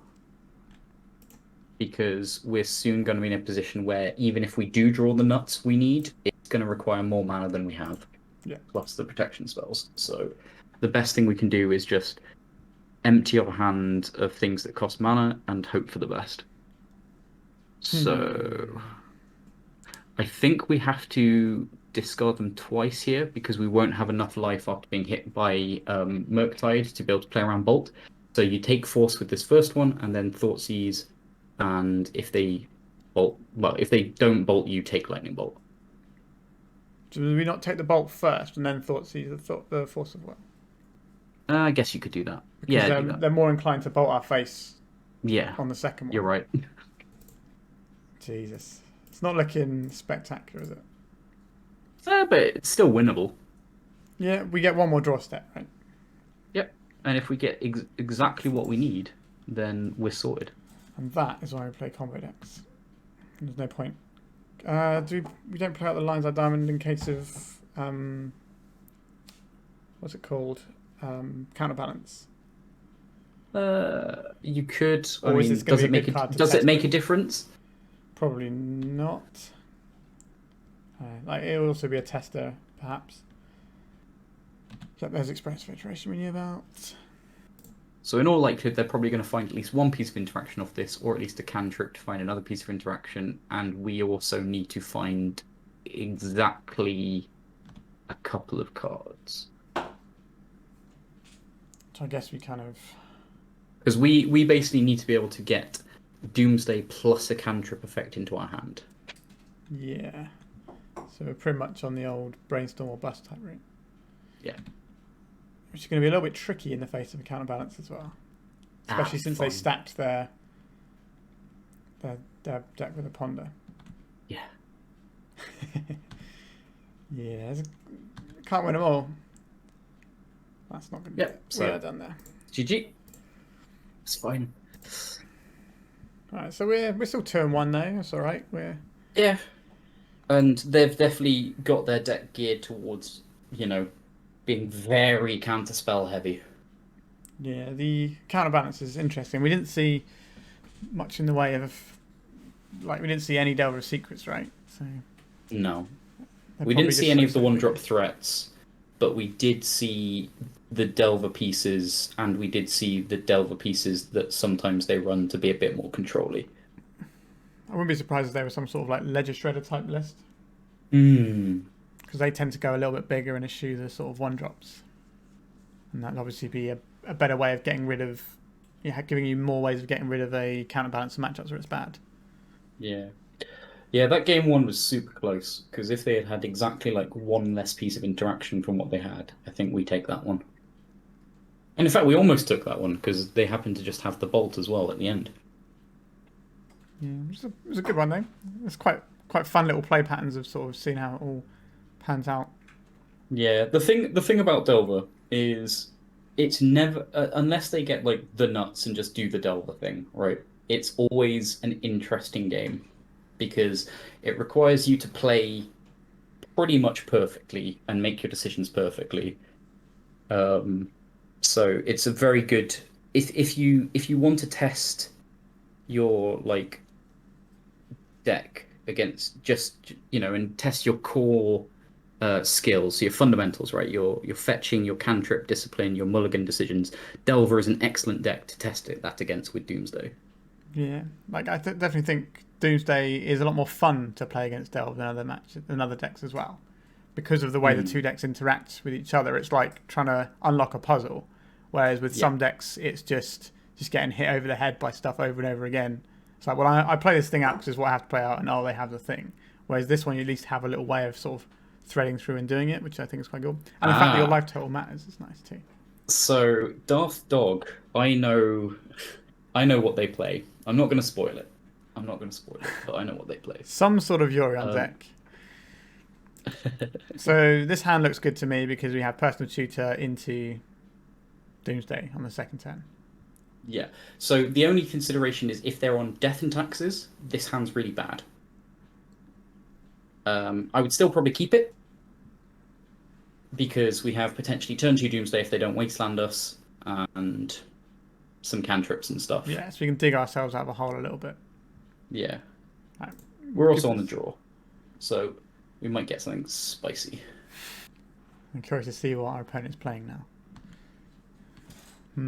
That's looking a bit Death and Taxes-y. But Yep. no one drop though. Okay, that's really good. So here, what we probably do is Flooded Strand, crack for island, play personal tutor. Yeah, because now we have this for our black source. Yeah. So we can play around the wasteland much more conveniently. I like this. It's a good draw. Reminds me of back in the day when Mystical Tutor was allowed for a brief while in Legacy. That didn't go so well. So put Doomsday on top. And do we want to play this out in case they're playing a Thalia? So the Lotus Petal is an interesting decision because what they could be playing is Prismatic Ending, in which case they can exile it with Ending, and even if they're on Thalia, we can use the island to pay for the petal and then just pass. Okay. Yeah. So I'd probably just hold it and just... Because if they are the multicolored Yorion deck, it's better to hold it there for sure. And the upside, or what the downside of playing it out is a lot higher than the downside of not playing it out. If you hit the worst case scenario, it being Thalia, at least you still have your petal. Spirit of the Labyrinth. Okay. Yeah, so that's like their best early threat, because that's the one that delays you the most and has 3 power. Yeah. So this is going to be a little bit tricky to win around, I would assume. We can do some like cycling in their turn to get around it, We right? can, yeah. We can also use Consider to dig 2 cards deep in one go. Yeah. But whatever you do, do not cast this Brainstorm. I remember the first time I got hit by Notion Thief after casting a Brainstorm. That's the thing that you don't forget. So play this one out. Yep. And what's nice here is we've got a basic island already, so assuming they don't find a port, we've got at least 1 blue source locked in, which is always the concern. And we have a cavern in hand as well. Yeah, well, cavern doesn't matter. I mean, it's a blue source. It's a blue source, right? yeah. It's a blue source. Okay. Okay, Thassa's Oracle is the obvious one. Yeah. And Consider, I quite like that because we can use a Consider on their turn to get through our pile through a Spirit of the Labyrinth. Yeah, we can. And we can use it to get through 2 cards with our pile specifically. So the question here is how many turns do you want to pass? Because they could have swords, they could have the pitch elemental, which I always forget the name of. Yeah, Solitude. I think we have to play around removal, right? Because that's the thing they're most likely to have here. So we have to You're also needing to remember that you're going to 9 life right now, and they have 3 power in play. Yeah, so I only get to eat 2 turns of damage. Yeah. So if you know you're passing for 2 turns, okay, then you know that you could get ported as well. You probably want to Consider, Oracle, another mana source. Is it Fetch Land Island? You could do that, yeah. Our island's already in play, so it'd have to be Fetch Land Sea. Yeah. Okay. Because that way we can play around. We can reduce our pile in a way that isn't drawing cards. Exactly. So if we go for C, although it does reduce our life total by 1, so if they play a 2-power guy, that will be relevant. Yeah, so we'd probably put Consider on top, and then 1, 2, Strand, 3, 4. Oracle, Fetchable Land, second Oracle. Because what we could do is we can mill the second Oracle with Consider if we need to. Yeah. So... C on the bottom. Yeah. Then... Oh, no, you're going too fast, so grab C. Right. Click done. So C on the bottom. C on the bottom, and then we'd probably put... So we want Consider to be the top card. Yeah, Consider's the top card. Oracle will be the second card. So we probably want... and we've got a Cavern of Souls that we could use instead of the Flooded Strand. So yeah, so it'd be C, Oracle, Strand, Oracle, Consider. That makes sense. Yeah, and then pass. We do not want to try and cast a Ponder or a Brainstorm. So there's the port. Okay, so this is awkward. So this is a really good draw for them. Because they get to... So they'll probably be smart and port us in the upkeep. Yeah. If they don't port us on the upkeep, we've got a slightly better chance. You have to imagine the point. There we go. Yeah. So there's nothing we're going to do about this. No, because we don't want to cast the Brainstorm. So we just play Cavern of Souls, Sync Go. We have to play the Cavern out, really, don't we? Yeah. What's it? So our Consider line has to wait a little bit longer. Yeah. So what's nice is... Wait, is that nice? I don't think... Actually, I don't think we can win here, assuming that they port us properly. So the next card down is Oracle, right? Cool. And then it's Fetch. The problem is we can't draw 2 cards here, because that's what we'd like to be able to do. If this Cavern of Souls was a different land, we'd be in a much better position. Like, if it was any blue land, we'd be fine here. Yeah. There's not some weird line where we actually want to Brainstorm. Well, we can only... Well, we couldn't Brainstorm, could we? Because it's the same as Considering, basically. So we just click OK. So we lose this. So yeah, so and the problem here is we lose our blue mana in our upkeep, and we can't get to our fetch land and get the Oracle that's on top in the same turn. Yeah, so we being able to mill 1 card would potentially be useful, but not in this situation. Yeah. So I think they just kill us now, right? They do, yeah. So we have no mana to cast this. Yeah. Alright. Interesting. The Spirit Labyrinth really messes with the piles a lot more than I thought it would necessarily. So that's quite good to learn. So this feels like a Massacre matchup. That seems sensible to me. The island is going to be good against Wastelands. So that's certainly a consideration. Chain of Vapor. Yeah, but I probably wouldn't bring in the island. Do we want the Chain of Vapor? I would. Yeah, chain is good, and we also want a couple of Force of Negations because Deafening Silence is a pain in the arse. Yeah, that makes sense. So are we boarding out our other disruption and just changing up the disruption here? Yeah, so we'd probably take out some number of discard spells plus Pact of Negation. So we probably want to keep the Thoughtseize in because it can hit Spirit of the Labyrinth. Occasionally you can get like a turn 1 good Thoughtseize off. Yeah, whereas getting a good Duress off is going to be very difficult. Yeah. So, okay, I'm going to submit like this. Sounds good. And we get to go first, which is always nice. It'd be nice to have one of those turn 1 win piles you don't see very often. How often would you say you get to win on turn 1 when you play? Actually win on turn 1, not that often. Most of the time you do a pass the turn pile and try and win on turn 2 or turn 3, especially against Death and Taxes, who can't put down much pressure on turn 1 on the draw. Like Stoneforge is probably one of their best plays because Caldra is like a super fast clock. Spirit is also good just because that slows you down naturally. Talia is not super good. This hand's great. Yeah. This hand's really good. So this we'll get an island off of this and personal tutor turn 2 to cast Doomsday. Yeah, but what we also want to do is make sure we've got a Lotus Petal into play, so if they do have something like a Surgical, we can consider into the Doomsday to get it off the top of the deck. Yeah, that makes sense. Yeah, this hand's busted. It's just a bunch of 1 mana and 0 mana cards. How busted can it really be, right? I was playing a game against the Doomsday deck the other day where they'd done a pass the turn pile and I untapped and played Anointed Peacekeeper and named Thassa's Oracle. And they took a while reading the card and just scooped it up. Yeah, that makes it cost 2 more, right? Yeah, it's not something that you're going to get very often, but it was a fun one. I like Clerics. Clerics are one of my favourite creature types. Okay. So I play the Petal first, yeah. You got it. An island, personal tutor.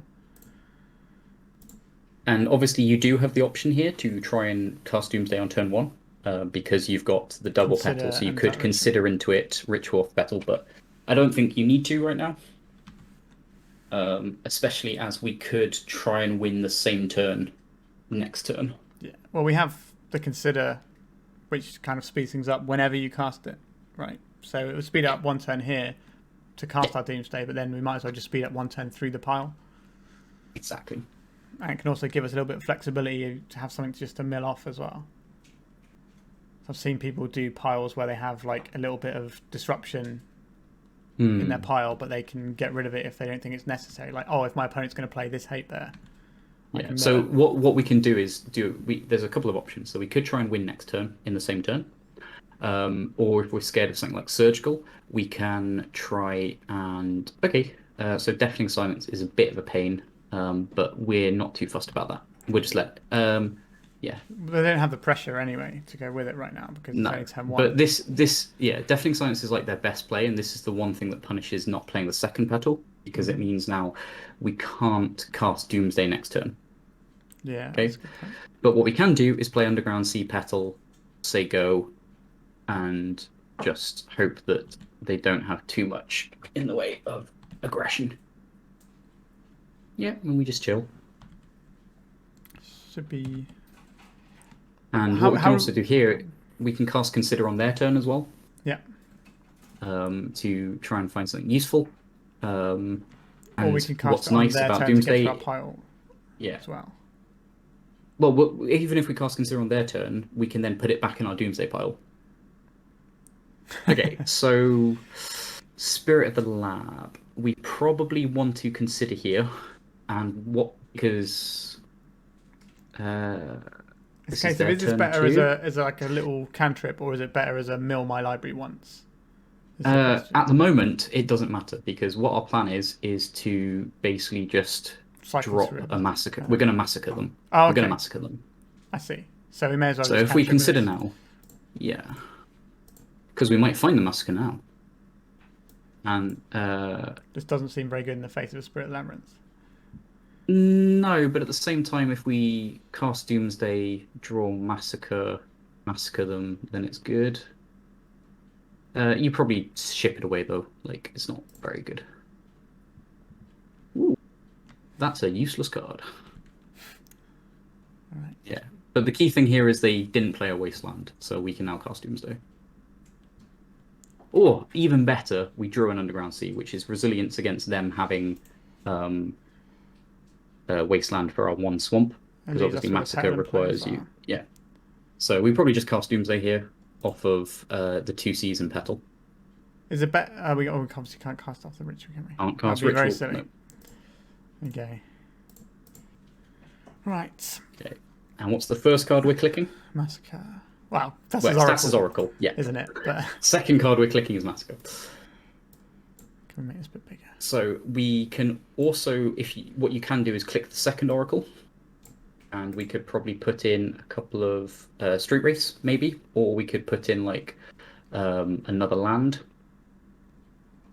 So if you look what we've got in play mana-wise, we've got 4 mana.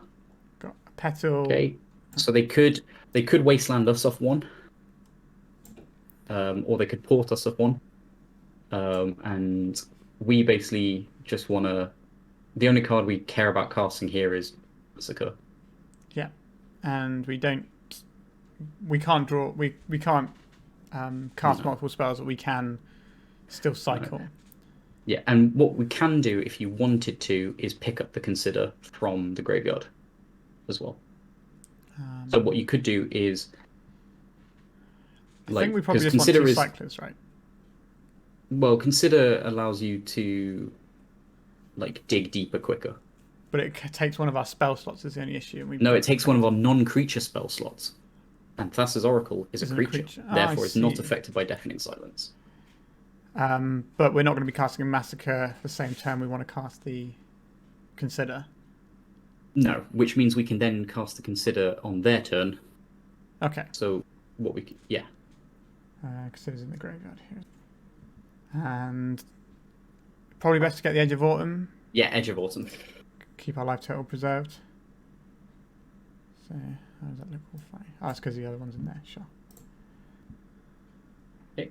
And we probably still want to put Massacre on top, just because, at the very least, if they play like a Stoneforge Mystic next turn, we want to just clear their board.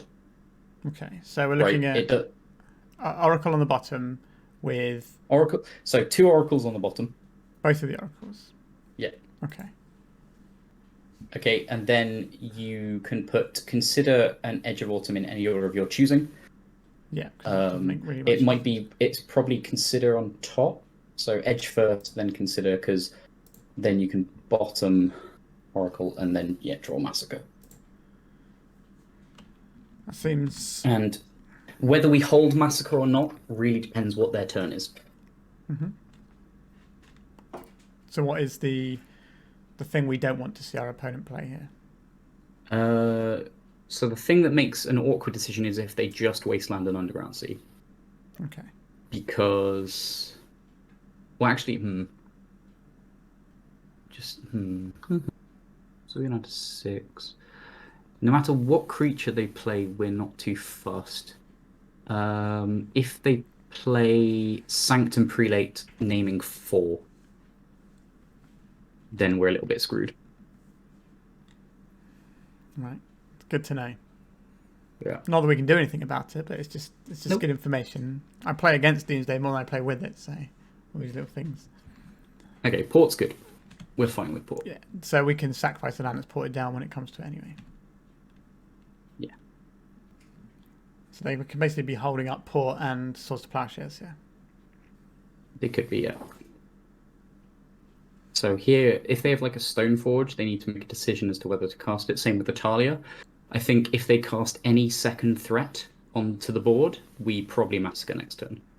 If they don't, I think maybe we hold Fire. What would we be holding fire in aid of? Because surely we can just win on the next turn. Pithing Needle. So this is going to name Street Wraith, most likely. This is going to name Edge of Autumn, probably. Okay. Which is good, because we put Edge of Autumn under our Consider, so we can just consider it away. Because they know that our life total is under duress, so they're going to pick the cycler that doesn't require our life total. Makes sense. Getting a lot of insight about the thoughts that go on in a Doomsday player's head. So when you're on the okay. So they've chosen Polluted Delta because one of the most common piles against Death and Taxes is effectively like fetch, 2 fetchables Oracle, which even in this situation would be reasonably decent. So yeah, we just let this happen. Do you want to take another hit for 3? I think maybe we do just Massacre. Because we need to cast a Consider, right? Which we Yeah. can cast on our turn. And if they drop a Talia, then we don't want to have to pay 1 mana for the Massacre. I guess it doesn't make a difference paying 1 mana for the Massacre compared to paying an extra mana for the Consider. But we just can't cast both in the same turn because it's Deafening Silence, right? I think you just wait, actually, because they don't have any haste creatures. It's only Prelate on 4 that it stops. So if we don't cast this turn, next turn... Oh, no, sorry. We can't cast any other spells. We have to cast We can't it, cast Consider, yes. Sorry, Yeah. I completely forgot No, about that. that's right. Ugh.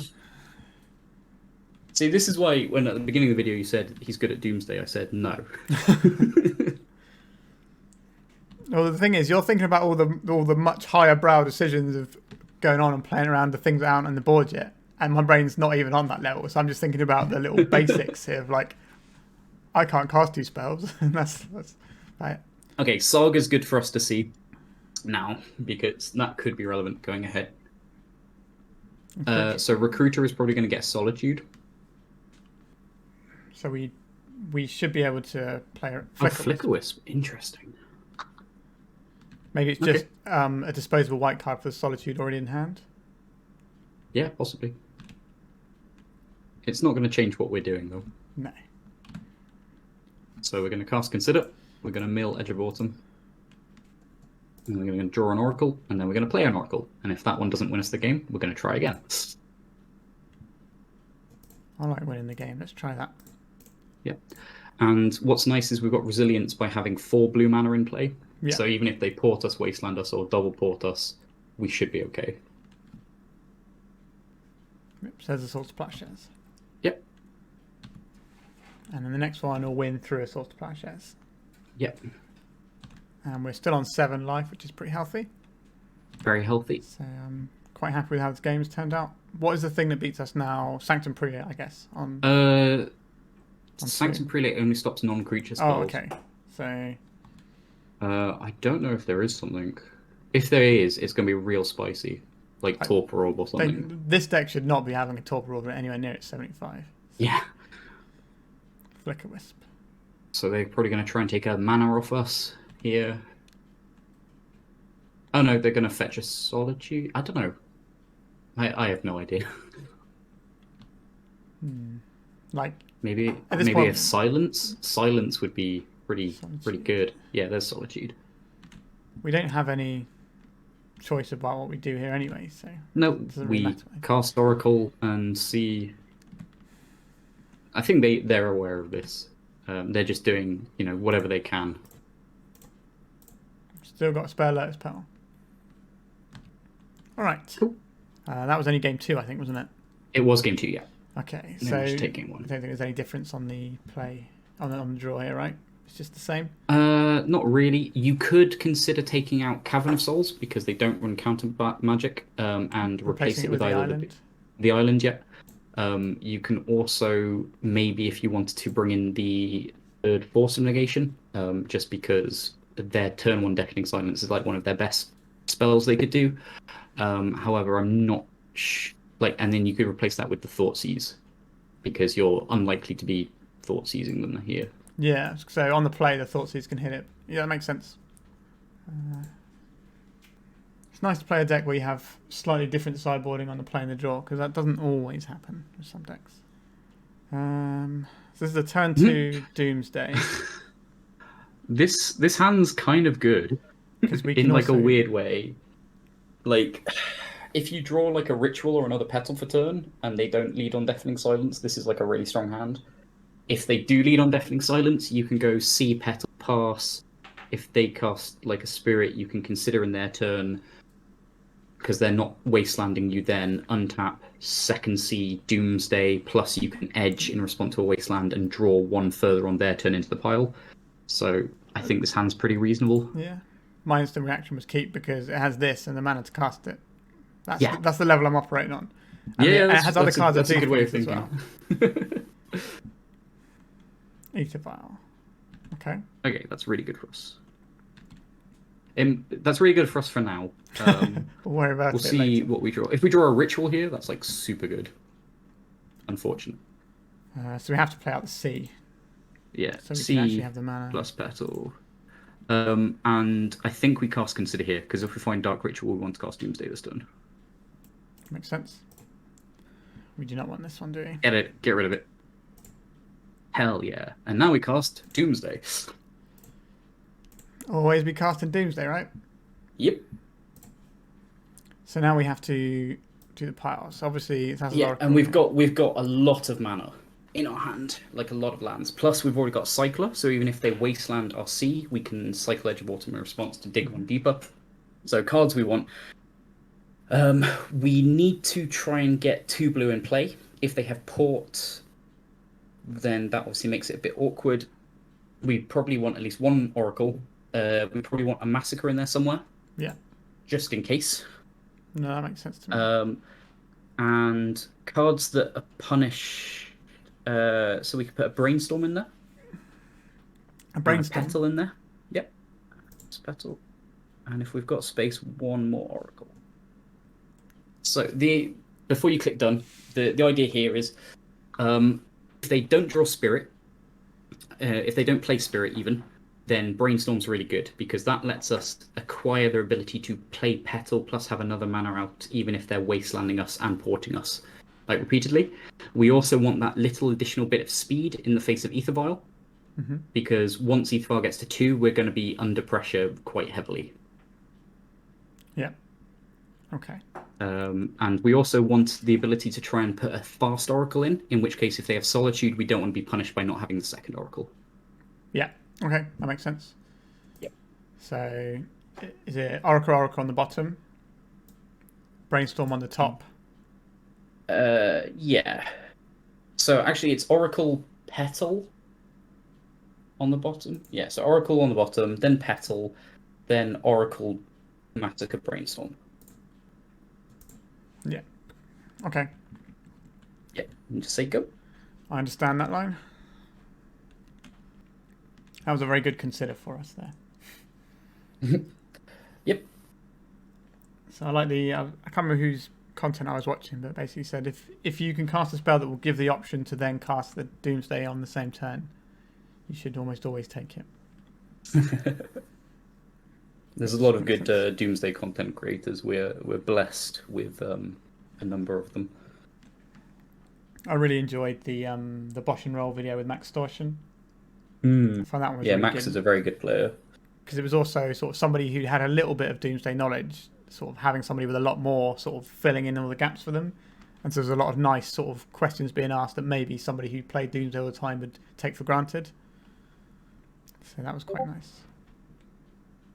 Yeah, and that's the nice things about these videos. Like, I'm always worried a bit too much that I'm kind of dictating too much of what's being done and not allowing you to explore.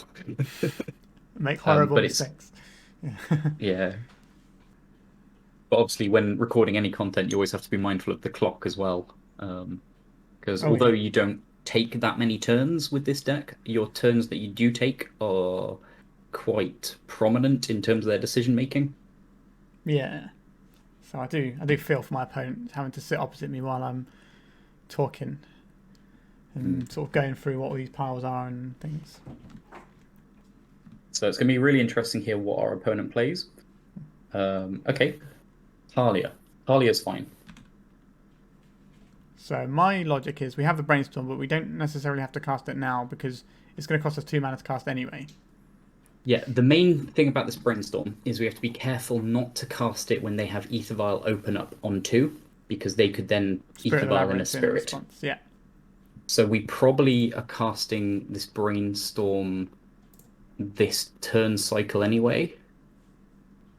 Okay, so we want to be casting it either now or in their upkeep. Yeah. Thing is there any reason to cast it in their upkeep? I can't think of one. Probably not. The main consideration we have is whether we want to cycle Edge of Autumn first, which obviously does take us off a land, which can be problematic. We probably just Brainstorm. I don't think I want to cycle in the face of a port. No. That's my instinct anyway. Yeah. So let's just cast ourselves a little Brainstorm. Okay, and what we want to keep, we probably just put back like CC, because we can only play one land a turn anyway. We can't play out the Petal because of the Thalia anyway, so yeah. We don't have any other plays. We can't play Massacre because it costs 2, but the Petal can recoup the mana we spend on the Massacre next turn. Yeah. So we now know our deck is CC Oracle. Yeah. Okay, so we cycle here. And we say thank you very much for the value. Feels pretty great when you do that, doesn't it? Even though it's still like, you know, it's cost a card, but replace the card. You know, it's not the most intense thing in the world. So we can keep playing out our underground seas here, but we're going to be losing some mana here. Yeah, which is fine. So you've got a choice as to whether you want to play. So you're playing C no matter what. Yeah. And it's basically whether you want to cast Petal or cast Massacre. So the main thing we need to worry about is if they have Stoneforge Mystic in hand, because that represents Kaldra's a 5 power.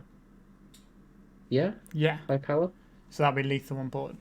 No, it'll be 5, 6, 7. So it puts to 1 next turn.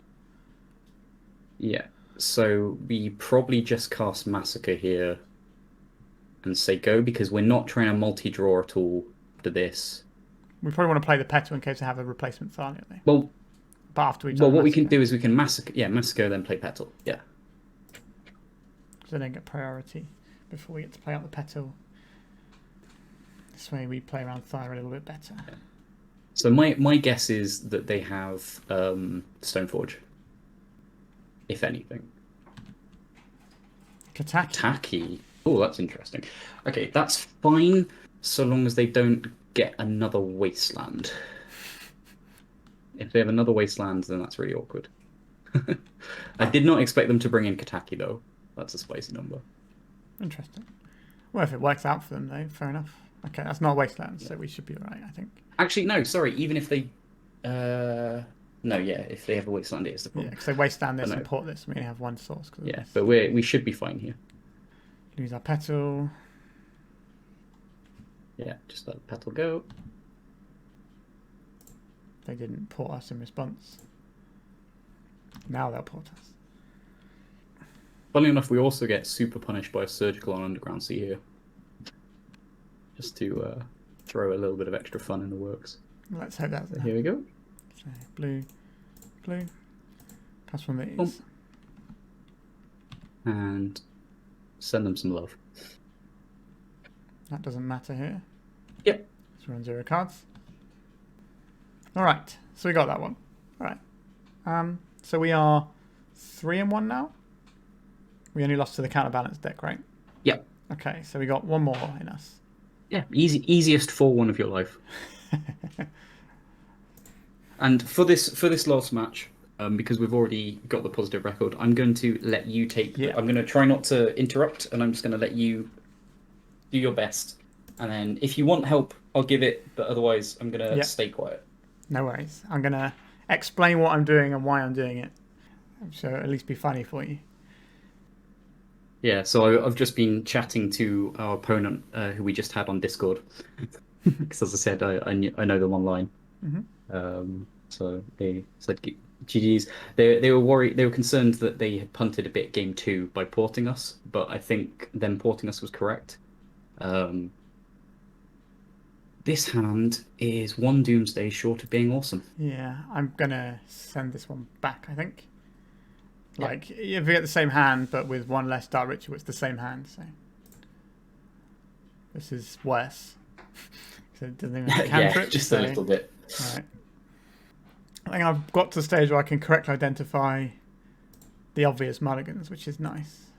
So we're on 5 cards here. We have 3 cantrips, but we are very exposed to Wasteland here, which is certainly a consideration. I'm inclined to keep this one. I'm going to keep this one. I've decided. Yeah, I would agree. What to put back?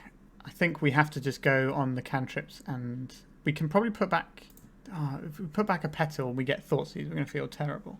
If we put back a petal and we get Wastelanded, I feel terrible about that. But your first turn could be Underground Sea Ponder for another land, right? So it could be, but if we don't hit, so I think the Thoughtseize is probably one of the ones that has to go back here because it's... No, you want protection. You want protection. Okay, in that case, it's one of the because this is the worst cantrip of the bunch. Yep. And so the choice here is whether you think you can find Doomsday in the top 5 cards of your deck, or another cantrip within the top 5 cards of your deck. So it's basically, do you think 1 Ponder is going to be enough, or do you think this is a game where you're going to be able to cast 2 Ponders? Because if your first Ponder, so if your draw step, because you're on the draw, plus the Ponder, including the shuffle consideration, is likely to find Doomsday, you're able to turn 1 Ponder, turn 2 Thoughtseize plus Doomsday off Dark Ritual. yeah, I think because I sometimes err on the side of caution, but I think for this deck you have to play on the margins a little bit, right? So throwing away the cantrip there and relying on the top of the deck a little bit is probably reasonable because the things we're doing are quite explosive and broken. Yeah. Whereas if we just sort of play a load of cantrips turn after turn after turn, it's probably not going to be the best for us. Exactly, like even if we do find it, we might not be able to force it through. It's a bit like why Ad Nauseam Tendrils is like now like the worst Storm deck because you can't just sit there pondering anymore. You need to have your ways of disrupting your opponents a bit and going a bit faster. Yeah, the format as a whole has definitely become a lot more like aggressive, I feel. Fire Where design, isn't it? yeah, where like a hand of cantrips, where it used to be good enough, is no longer good enough in many matchups. So if we take the ones we've looked at today already, against lands or land-esque decks, you can't keep a hand of cantrips because they'll just wasteland you to oblivion, put lock pieces into play, and maybe combo you out. Death and taxes, they can, if they get enough hate bears and enough mana disruption, they get favored in the long game. So you don't want to let them get to the long game. Delver, they're just too fast with too much disruption, so you can't play the fair game there. It's only really against other dirtly fair control decks that they're actually worthwhile. Yeah, that makes a lot of sense. An Urza Saga. So this could be 8 cast, or it could be a lands draw. Unlikely lands, but possible. It's fine. We're going to rip Doomsday off the top. That's fine. Okay. We got a ponder. Let's see how we do with it. Ooh. Basic Island Ponder is actually quite tempting. Yeah. And we can put the... So we have the option here of putting the Force of Will into our hand in case our opponent plays some sort of like lock piece or something, and then we can untap into Ponder. No, I think we put Ponder in our hand. Because maybe... Yeah, maybe we do put Force in our hand. If we put Ponder in our hand, we're probably more likely to fire it off sooner rather than later. But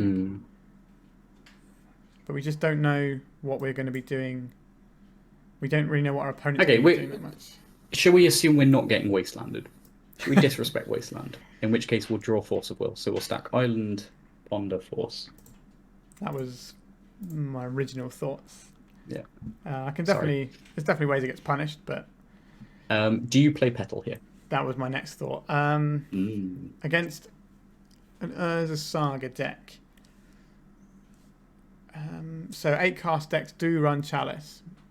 Yeah. But if they had a Chalice of 0, they would have played it already, and Chalice of 0 really hurts them. This could be a variant of like the Urza Saga-y aggro stompy decks that, like the guy who won the Axion was playing. I've seen some other people playing similar things. But they don't tend to run much in the way of lock pieces. I don't think we're liable to get punished for not playing the Petal, so I'm going to keep it in hand. Okay. Also, it preserves a little bit of information about what we're doing. I mean, does it? How many decks are running Underground Sea these days? I guess most of them are combo decks, aren't they? It's combo decks and Death Shadow, right? And that's about it. Yeah. Okay, so there's the Wasteland we didn't want to see. Means our opponent's not going to get a lot of value out of the Saga, at least. Silver Lining and all that. It'd be interesting to see what they fetch off this now. So I could Let's Pattern to Ponder, but I want the basic land on top, so there's no point doing that, I don't think. So I'm just going to pass 10 and hold up the Force of Will. Yeah, there's no rush. And again, once we've cleared that island, we've got a fresh 3 to 4 cards that we can see. And again, if any of them's Doomsday, we're still in the same position where we can just Petal Ritual Doomsday. But now with Force Pitch, Force Backup. So we'll see what our opponent has got going on. A Mox Diamond. Ooh. Okay. They've got an interesting hand. So they can power out. So this is looking a bit more like lands. Interesting. I just really But there was maybe some merit to forcing the Sylvan, only because they can pretty much take 8 every turn without problem for a couple of turns. Okay, so the reason I didn't want to force this is because I wanted to keep the force for the one thing that gets us, and I basically got our opponent on a wasteland a wasteland deck, maybe with endurances in. Yeah, but maybe doing this, they're less likely to hit wastelands would be better. Now it depends on what we think this Ponder's going to find. Because if we think this Ponder's going to find Doomsday, then we let them have Sylvan every day, because we don't care if they draw 3 cards. None of their cards matter. Well, this is a shuffle, isn't it? Yeah. Doomsday. Boom. Easy game. We've had no reason to believe our opponent is playing counter magic from what I've seen. Nope. And even if they are, they have to have at least 2 pieces of interaction to make it worthwhile. Doomsday. So now let's try and see if I can figure out the pile here. So our opponent is a wasteland deck, but we already have a basic. But they might have Rishidan Ports in their deck as well. Yeah. So we have an Oracle here. The Edge of Autumn is a good cycler in the face of wasteland. Mm-hmm. I don't think we have the time. I don't think we have the mana to do some sort of brainstorm pile. I don't know if we want to try and do a fetch. Are we going to be? We might be better off with Lotus Petals instead of lands, due to the Rishidan Port and wastelands that our opponent might be playing. Like, I highly suspect my opponent is running Life from the Loam in their deck. I'd be very surprised if they weren't. So, do we try and go for one of these? I don't think we have the resources to do any sort of like multiple like ideas unbound or like brainstorm thing. I think we're just going to be passing the turn a few turns. So this is going to be 1, 2, 3, 4. It's going to bash us 4. We're going to 10. Is it though? Because can they activate it once this turn? Oh, next turn they can. Yeah. Yeah.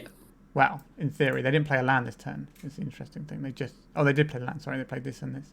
So I'm expecting our opponent to not hit us next turn, but turn after hit us for 4, and then turn after kill us. So we're passing the turn once, and then they make a guy, pass a turn twice, and make a second guy. No. Yeah. And then they can't make the second guy. They can only make one guy. This is only on 1 counter at the moment, though, right? Yeah. So they untap, make a guy, untap, make a guy. Oh no, they could. Yeah, sorry. So, but that's like another turn down the line. So basically, they kill me in 3 turns when I'm at 10 life.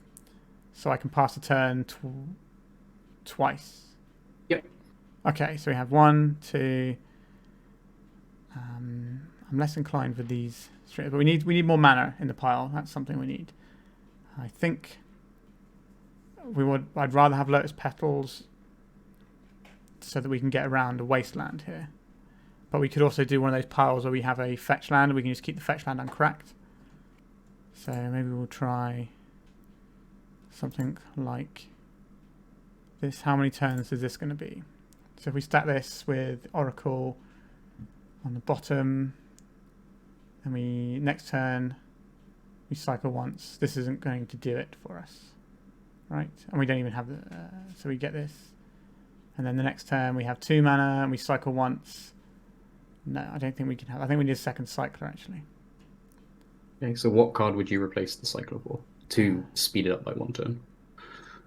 The Lotus Petal is the one that will speed up for a turn. Okay, I feel like watching before a you child click done, before you click done, work out which order they're going in. Don't forget you have draw steps. Yeah. So on my turn, I draw. If I can draw a Scalding Tarn, and I can go cycle, cycle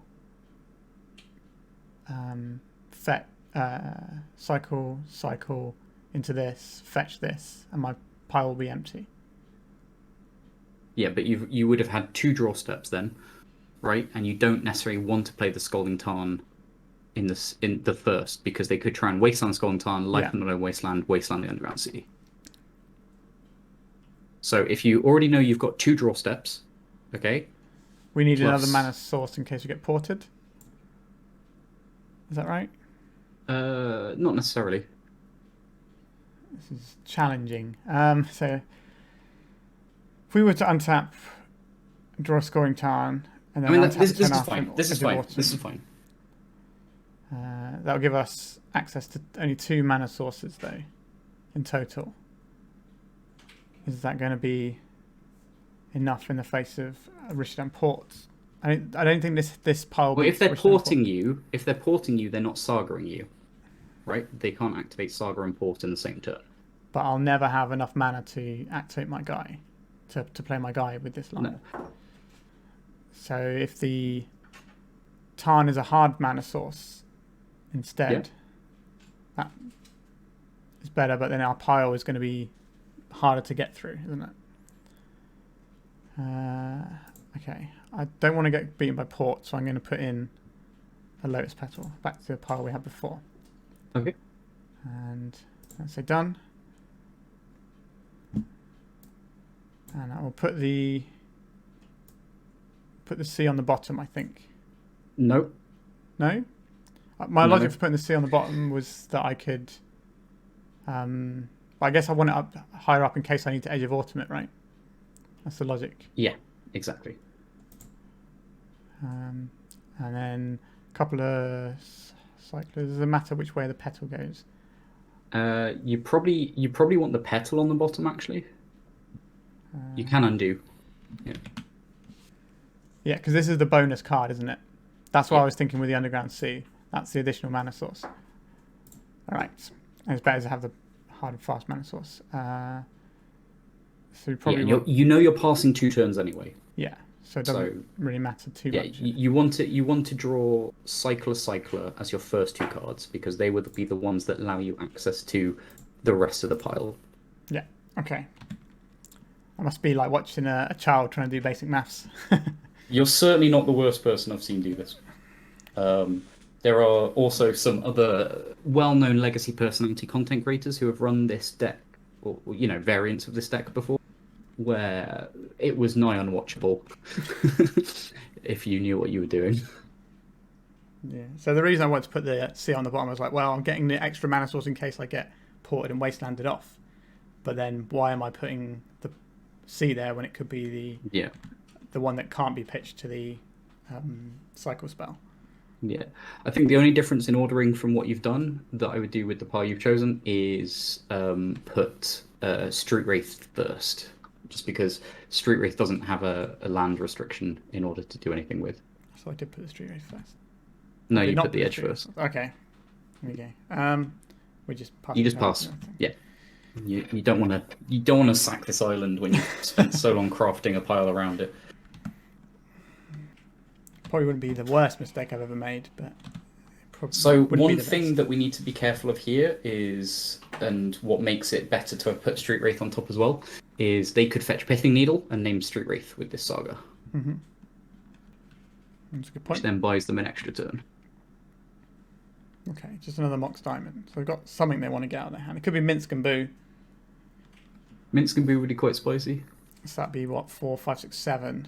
That'll put me to 1. Okay, I just want the mana to put us dead next turn, but we are going to try and go off next turn. Yeah, we're going to try and win next turn. And we have a counter spell for a removal spell that it could have. Any main deck Pyroblast they might have, yeah. Like Punishing Fires could be in the deck, but that's not going to do it. The main issue is if they have an Abrupt Decay main. I don't expect my opponent to have an Abrupt Decay. No. Like, Swords of Plowshare seems quite likely. We've seen a Horizon Canopy. It doesn't necessarily mean anything. But So show me what you got. Let's cycle. And play this one out. It doesn't really matter which one we cycle, does it? There's not some random line I'm missing. I guess if for whatever reason they do something that doesn't, I don't know. I don't think it matters, but like we either win or we lose. Wastelanded. Right? Yeah, So, yeah. Endurance. So this is what we have the Force of Will for. Yep. And we just have to hope they don't have like a main deck Pyroblast now. Okay, cool. Good job. All right, I managed to navigate that one. Sideboarding. Like, I would have won if I'd have done my other, where I put it the other way around, but you're definitely right that it would be less optimal. So I would have got away with it, doing the thing a slightly wrong way around. But anyway, so let's have a think. So our opponent is some sort of landsy deck. So they're likely to have some sort of artifact, I would imagine. So Yep. I think I want these Chain of Vapors. And they're going to be a wasteland deck, so I'm going to want the basic. And in a artifact. pinch, you can chain a Vapor a Marit Age if they do have a fast combo turn as an emergency. The question is, do I want these Force of Negations as well for it? I think probably on the draw I want them, but not on the play. What target? So first of all, what value is your discard going to get against a deck that throws out most of its playables in its hand? Well, on the play, I was thinking if they have like Torpor Orb or Sphere of Resistance type effects. Yep. But then Force of Negation deals with Deals those with that anyway, just yeah. as well. Yep. But it's a case of whether or not I can reliably have the blue card if I'm mulliganing. Mm. Like, I'm always playing this configuration for the, well, minus, I need to take another card out here. But I'm always playing this sort of configuration for the one on the draw. Is it the days here? Mine's, or is it It can be the days. Either is fine. I think they're going to have a lot more mana, so the days is going to be less relevant here because they're probably an exploration deck. Yeah, the main thing you could want to keep days in is if they're trying to do something like a library on turn 2. Well, we have Or our win similar. condition, but not the way we want. So nope, I don't like this one either. Okay, I think we can keep this one.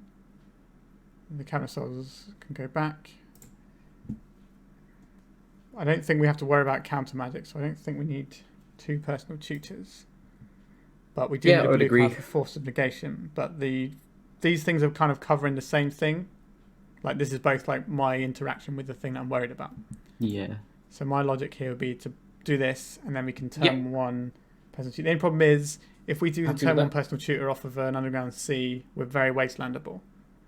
But if our first draw for the game is Dark Ritual, then we're fine. Yeah. Like, that's a problem that we're thinking about, but we don't have to make a decision until it's our turn anyway. Yeah. And we're running 6 ritual effects anyway. Sphere of Resistance. I think we have to count this one. Yeah, Otherwise, we don't get to play Magic the Gathering today. Well, we do. It's just a pain in the arse. Alright. Huh. Ooh. Okay, that's great. So here we probably... Well, actually, I'll let you... Sorry. So my assumption here is I go get a basic island and put... I need a sorcery here, though, don't I? Cabal Ritual is a instant or sorcery? Cabal Ritual is an instant. Okay. If we had a sorcery speed Cabal Ritual or Dark Ritual, that would be incredibly powerful, and it would be at least a 1-of in every Doomsday deck. Okay. But we don't have that, so... We don't, no. We need to find a way of getting more mana up to Doomsday. Is there a way that personal tutor... We could just play land petals, say go. Yeah. Oh, I'm just trying to work out if there was a line where I could cast... Well, there's not a line that speeds up your ability. Your best bet would be personal tutor for a cantrip, but even then, you're then taking yourself off the ability to just naturally draw that third black source anyway. I think... So with the petal, there's a case of whether or not my opponent can Force of Vigor it. True, Or whether but why would they have Force of Vigor in their deck? That's a good point. It's more likely they'd have more Sphere of Resistances or Prison effects. Okay, so they can make a Minsk and Boo this turn, which would be... That'd be spicy. That'd be quite a clock, actually. Yeah. Quite problematic. Might be a difficult one to best, I think. Although they didn't play anything. Minsk and Boo is very much like a fair game card, so they might see it as maybe too slow for this matchup. Ooh, awkward. But actually, that's fine, because now if they do draw Minsk and Boo, you're covered. Just on the sitting and waiting for the black source again. Yeah. Which is fine. Well, at least we drew something that's relevant here. It's not like we drew like an Oracle or something. Yeah. Okay, so now they've got pressure. They also are very likely to have a Red Blast effect. Mm-hmm. And the introduction of like the prison pieces combined with endurance and Red Blast effects makes lands a lot less of a free win than it used to be. It used to be they were very disfavored. Ooh, these are some poor draws. That's fine. We just keep passing. It'd be the ultimate YOLO to try and cast out, isn't it? That's what we might do if we keep breaking our draws just before they try and kill us. Or the turn before. 2 turns before they try and kill us, I guess, right? So we can at least try and untap. Ooh, Grove. Perfect. Okay. So I'm inclined to try and cast this off of the Lotus Petal. So this can get a basic island.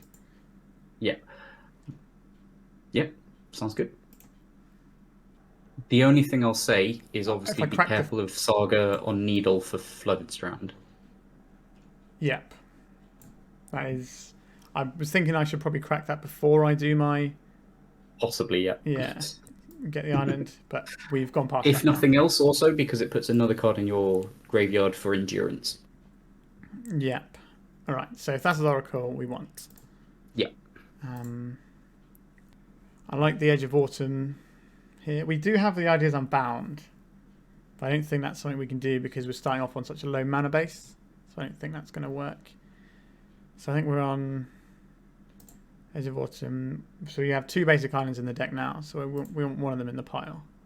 You probably want both of them. Well, yes, because we have the Flooded Strand as well, don't we? And I would also, I am gonna chime in just because the clock is ticking here. I would advocate a Cavern of Souls being in the pile as well, because they do run red blast effects in the board, and your Force of Negation will not protect you against those. So actually, what I'd probably do is something like... We're in an awkward spot because we didn't crack the Flooded Strand here. No, that's fine. That's fine, because just do like island, replace one of the islands with... I'm gonna disrespect Port, replace an island with what's it called? A Street Wraith, yeah. Because I'm basically gonna have to shuffle my pile. Yep.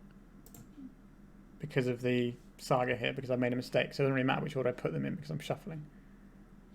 Because I can't let them pit any of this, right? Because it's better for me to take the card out of my deck. It is, yeah. I suppose you could this pile also gets punished by Ghost Quarter, just as a fun extra. Because we're shuffling anyway. Yeah. I think we'll just do it now, so we can just pass through so we can. You probably do it in their upkeep, just because they're more likely to just like hard cast an endurance here at the end of your turn. So they got this guy. Yeah, one other pile you could make if you had not cracked cracked Strand before. Oh, okay, they just had the lot. It's going to be interesting. Oh dear. So I've got some cards you don't want to hit here. Yeah, they've won this game. Unless we get incredibly lucky. But even if we get lucky, I don't... Yeah, no, they've just won it because we can't get second blue source plus Oracle in hand. We have an Ideas Unbound if we draw an island, but then we won't get the Yeah, but blue. we can't cast it, and then we can't get the 3rd or 4th blue. Yeah, no, I think we just concede this one. Yep. We don't have a lot of time here, but I think we just submit and go again. Yep, seems fine. Want to play this time? Nope. I want to have the combo. Yep. We have it on turn 1 here. We have a redundant Doomsday we can throw back. Seems fine to me. Yep. Throw back this Doomsday. Throw a personal tutor. Because if for whatever reason the first Doomsday doesn't work, you've got another Ritual plus Doomsday. Just needs to get an Underground Sea. Yeah. Which means our pile's got to have 2 blue sources in. But we already have a Brainstorm in hand, which could allow us to pivot into a faster pile if we wanted to at any point. Mm-hmm. Oh dear. Okay, and we've got 6.5 minutes on the clock. So whatever we do, we need to... In fact, we can spend the time now with this fetch on the stack to decide our pile. You can always decide what you're building prior to casting Doomsday. So we need the Oracle.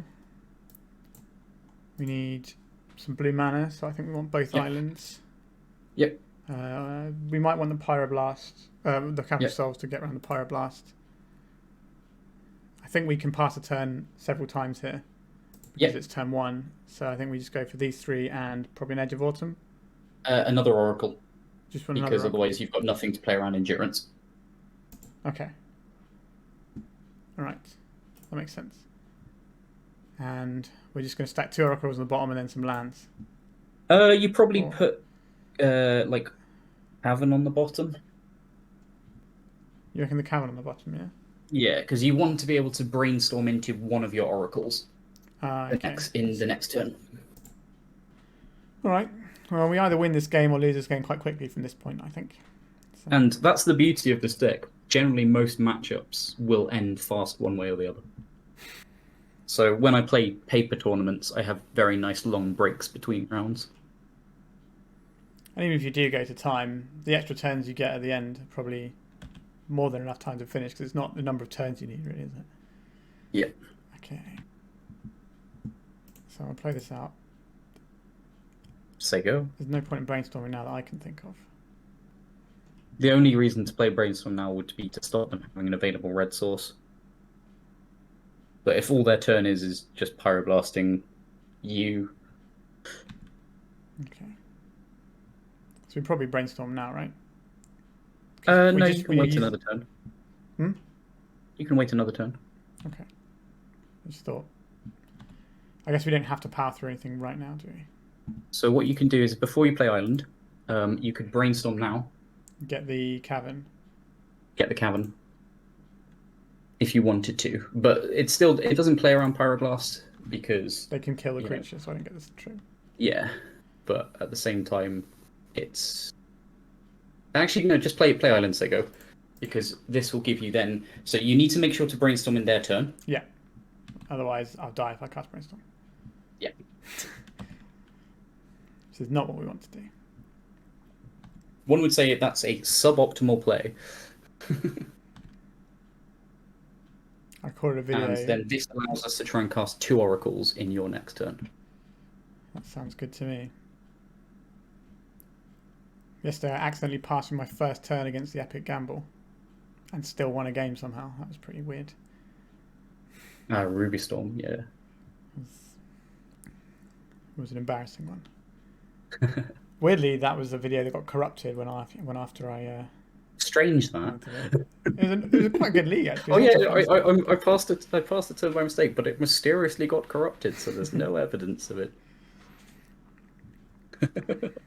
Managed to ill-gotten gains with Leyline in play on turn 2 to someone.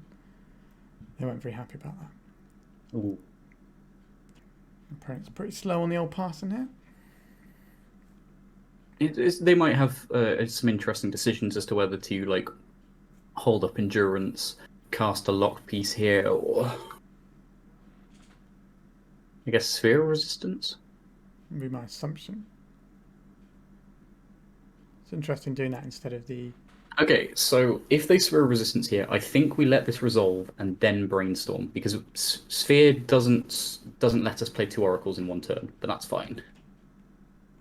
Okay, and we're still brainstorming in the end of their turn. Because now if they want to pyroblast this brainstorm, they have to tap out of all their mana. So I think we put the Doomsday Cabal Ritual on the bottom. Yeah, in case agreed. we need to go again. So we get 1. Is this the right one that we play with a cavern? Or do we have to pay 3 for it anyway, so it doesn't matter. But do we play... Yeah, but do we play this one without...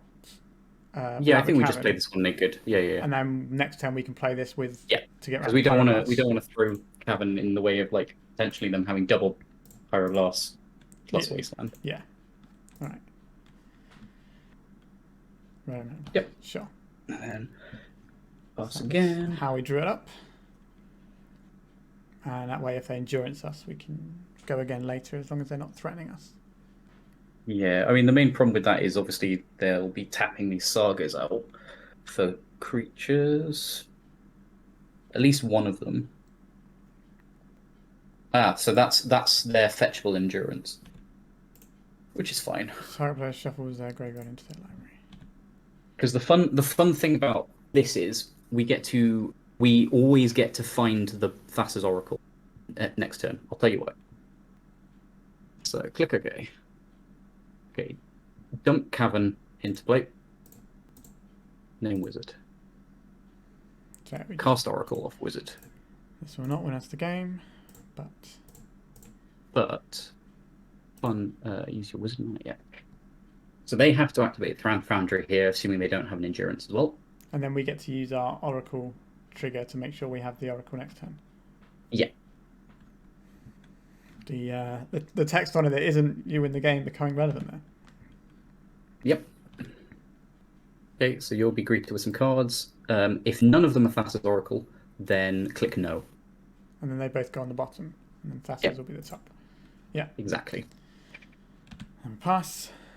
Now we can, if they have Pyroblast and Wasteland here, we can be in trouble. Well, if they have, yeah, pretty much. But you know, they've had a decent amount of stuff here anyway, so you can't. There is a limit to what you can play through. Yeah. But I still like the spot they're in. Okay, they didn't Well have done. it. So Congratulations. For one, I successfully more or less navigated the last one with only minor prompts. I think you did very well. Yeah, it's sometimes hard to just, I don't know, like visualizing how they go. I think in paper I'd find it a lot easier. Yeah. Because you can like pass them from your hand and sort of like just do like counting on your fingers effectively, but with the cards.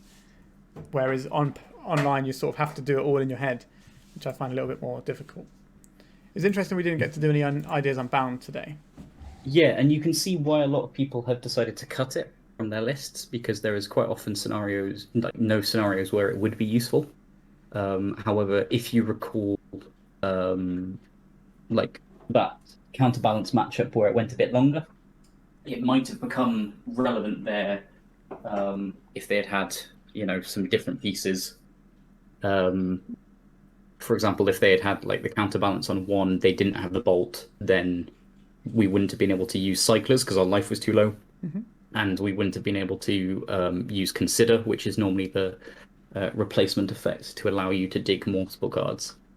So I like Ideas Unbound still. I think it's a very low opportunity cost to include it in your deck. It's a blue card, isn't it? So it's a blue card. Sometimes in a grindy matchup, you just have to cast it as a big old Faithless Looting. And that's fine too. I have a little question. The Hope of Girapa. Yeah. Which matchups is this coming in for then? Is it grindy blue control decks? So like Shark Steel and things like that? Yeah. The like 4-color Yori on blue.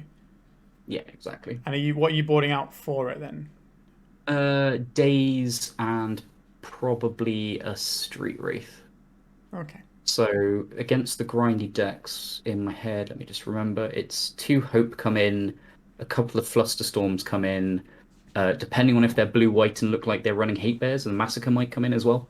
Okay. And then you would normally take out maybe a Cabal Ritual, maybe a Lotus Petal. Oh, the Island comes in as well. And you take out a Lotus So you Petal kind of get for rid of Island. the things that speed you up because you don't need to go fast.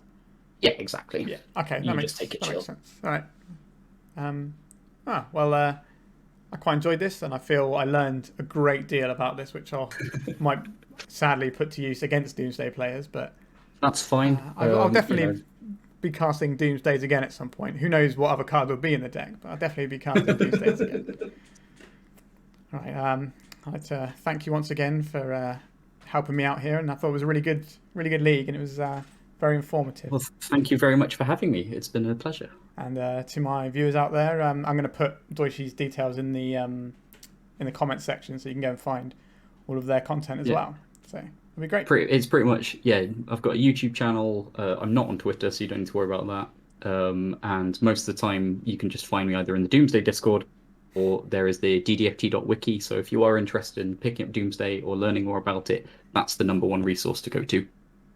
All right. Thank you again, and thank you all for watching. And if you want to subscribe to my channel, it doesn't cost you anything, and it's really helps me out. So if you could do that, smash the button. Yeah, there you go. Give video likes. All right. Thank you everyone, and goodbye.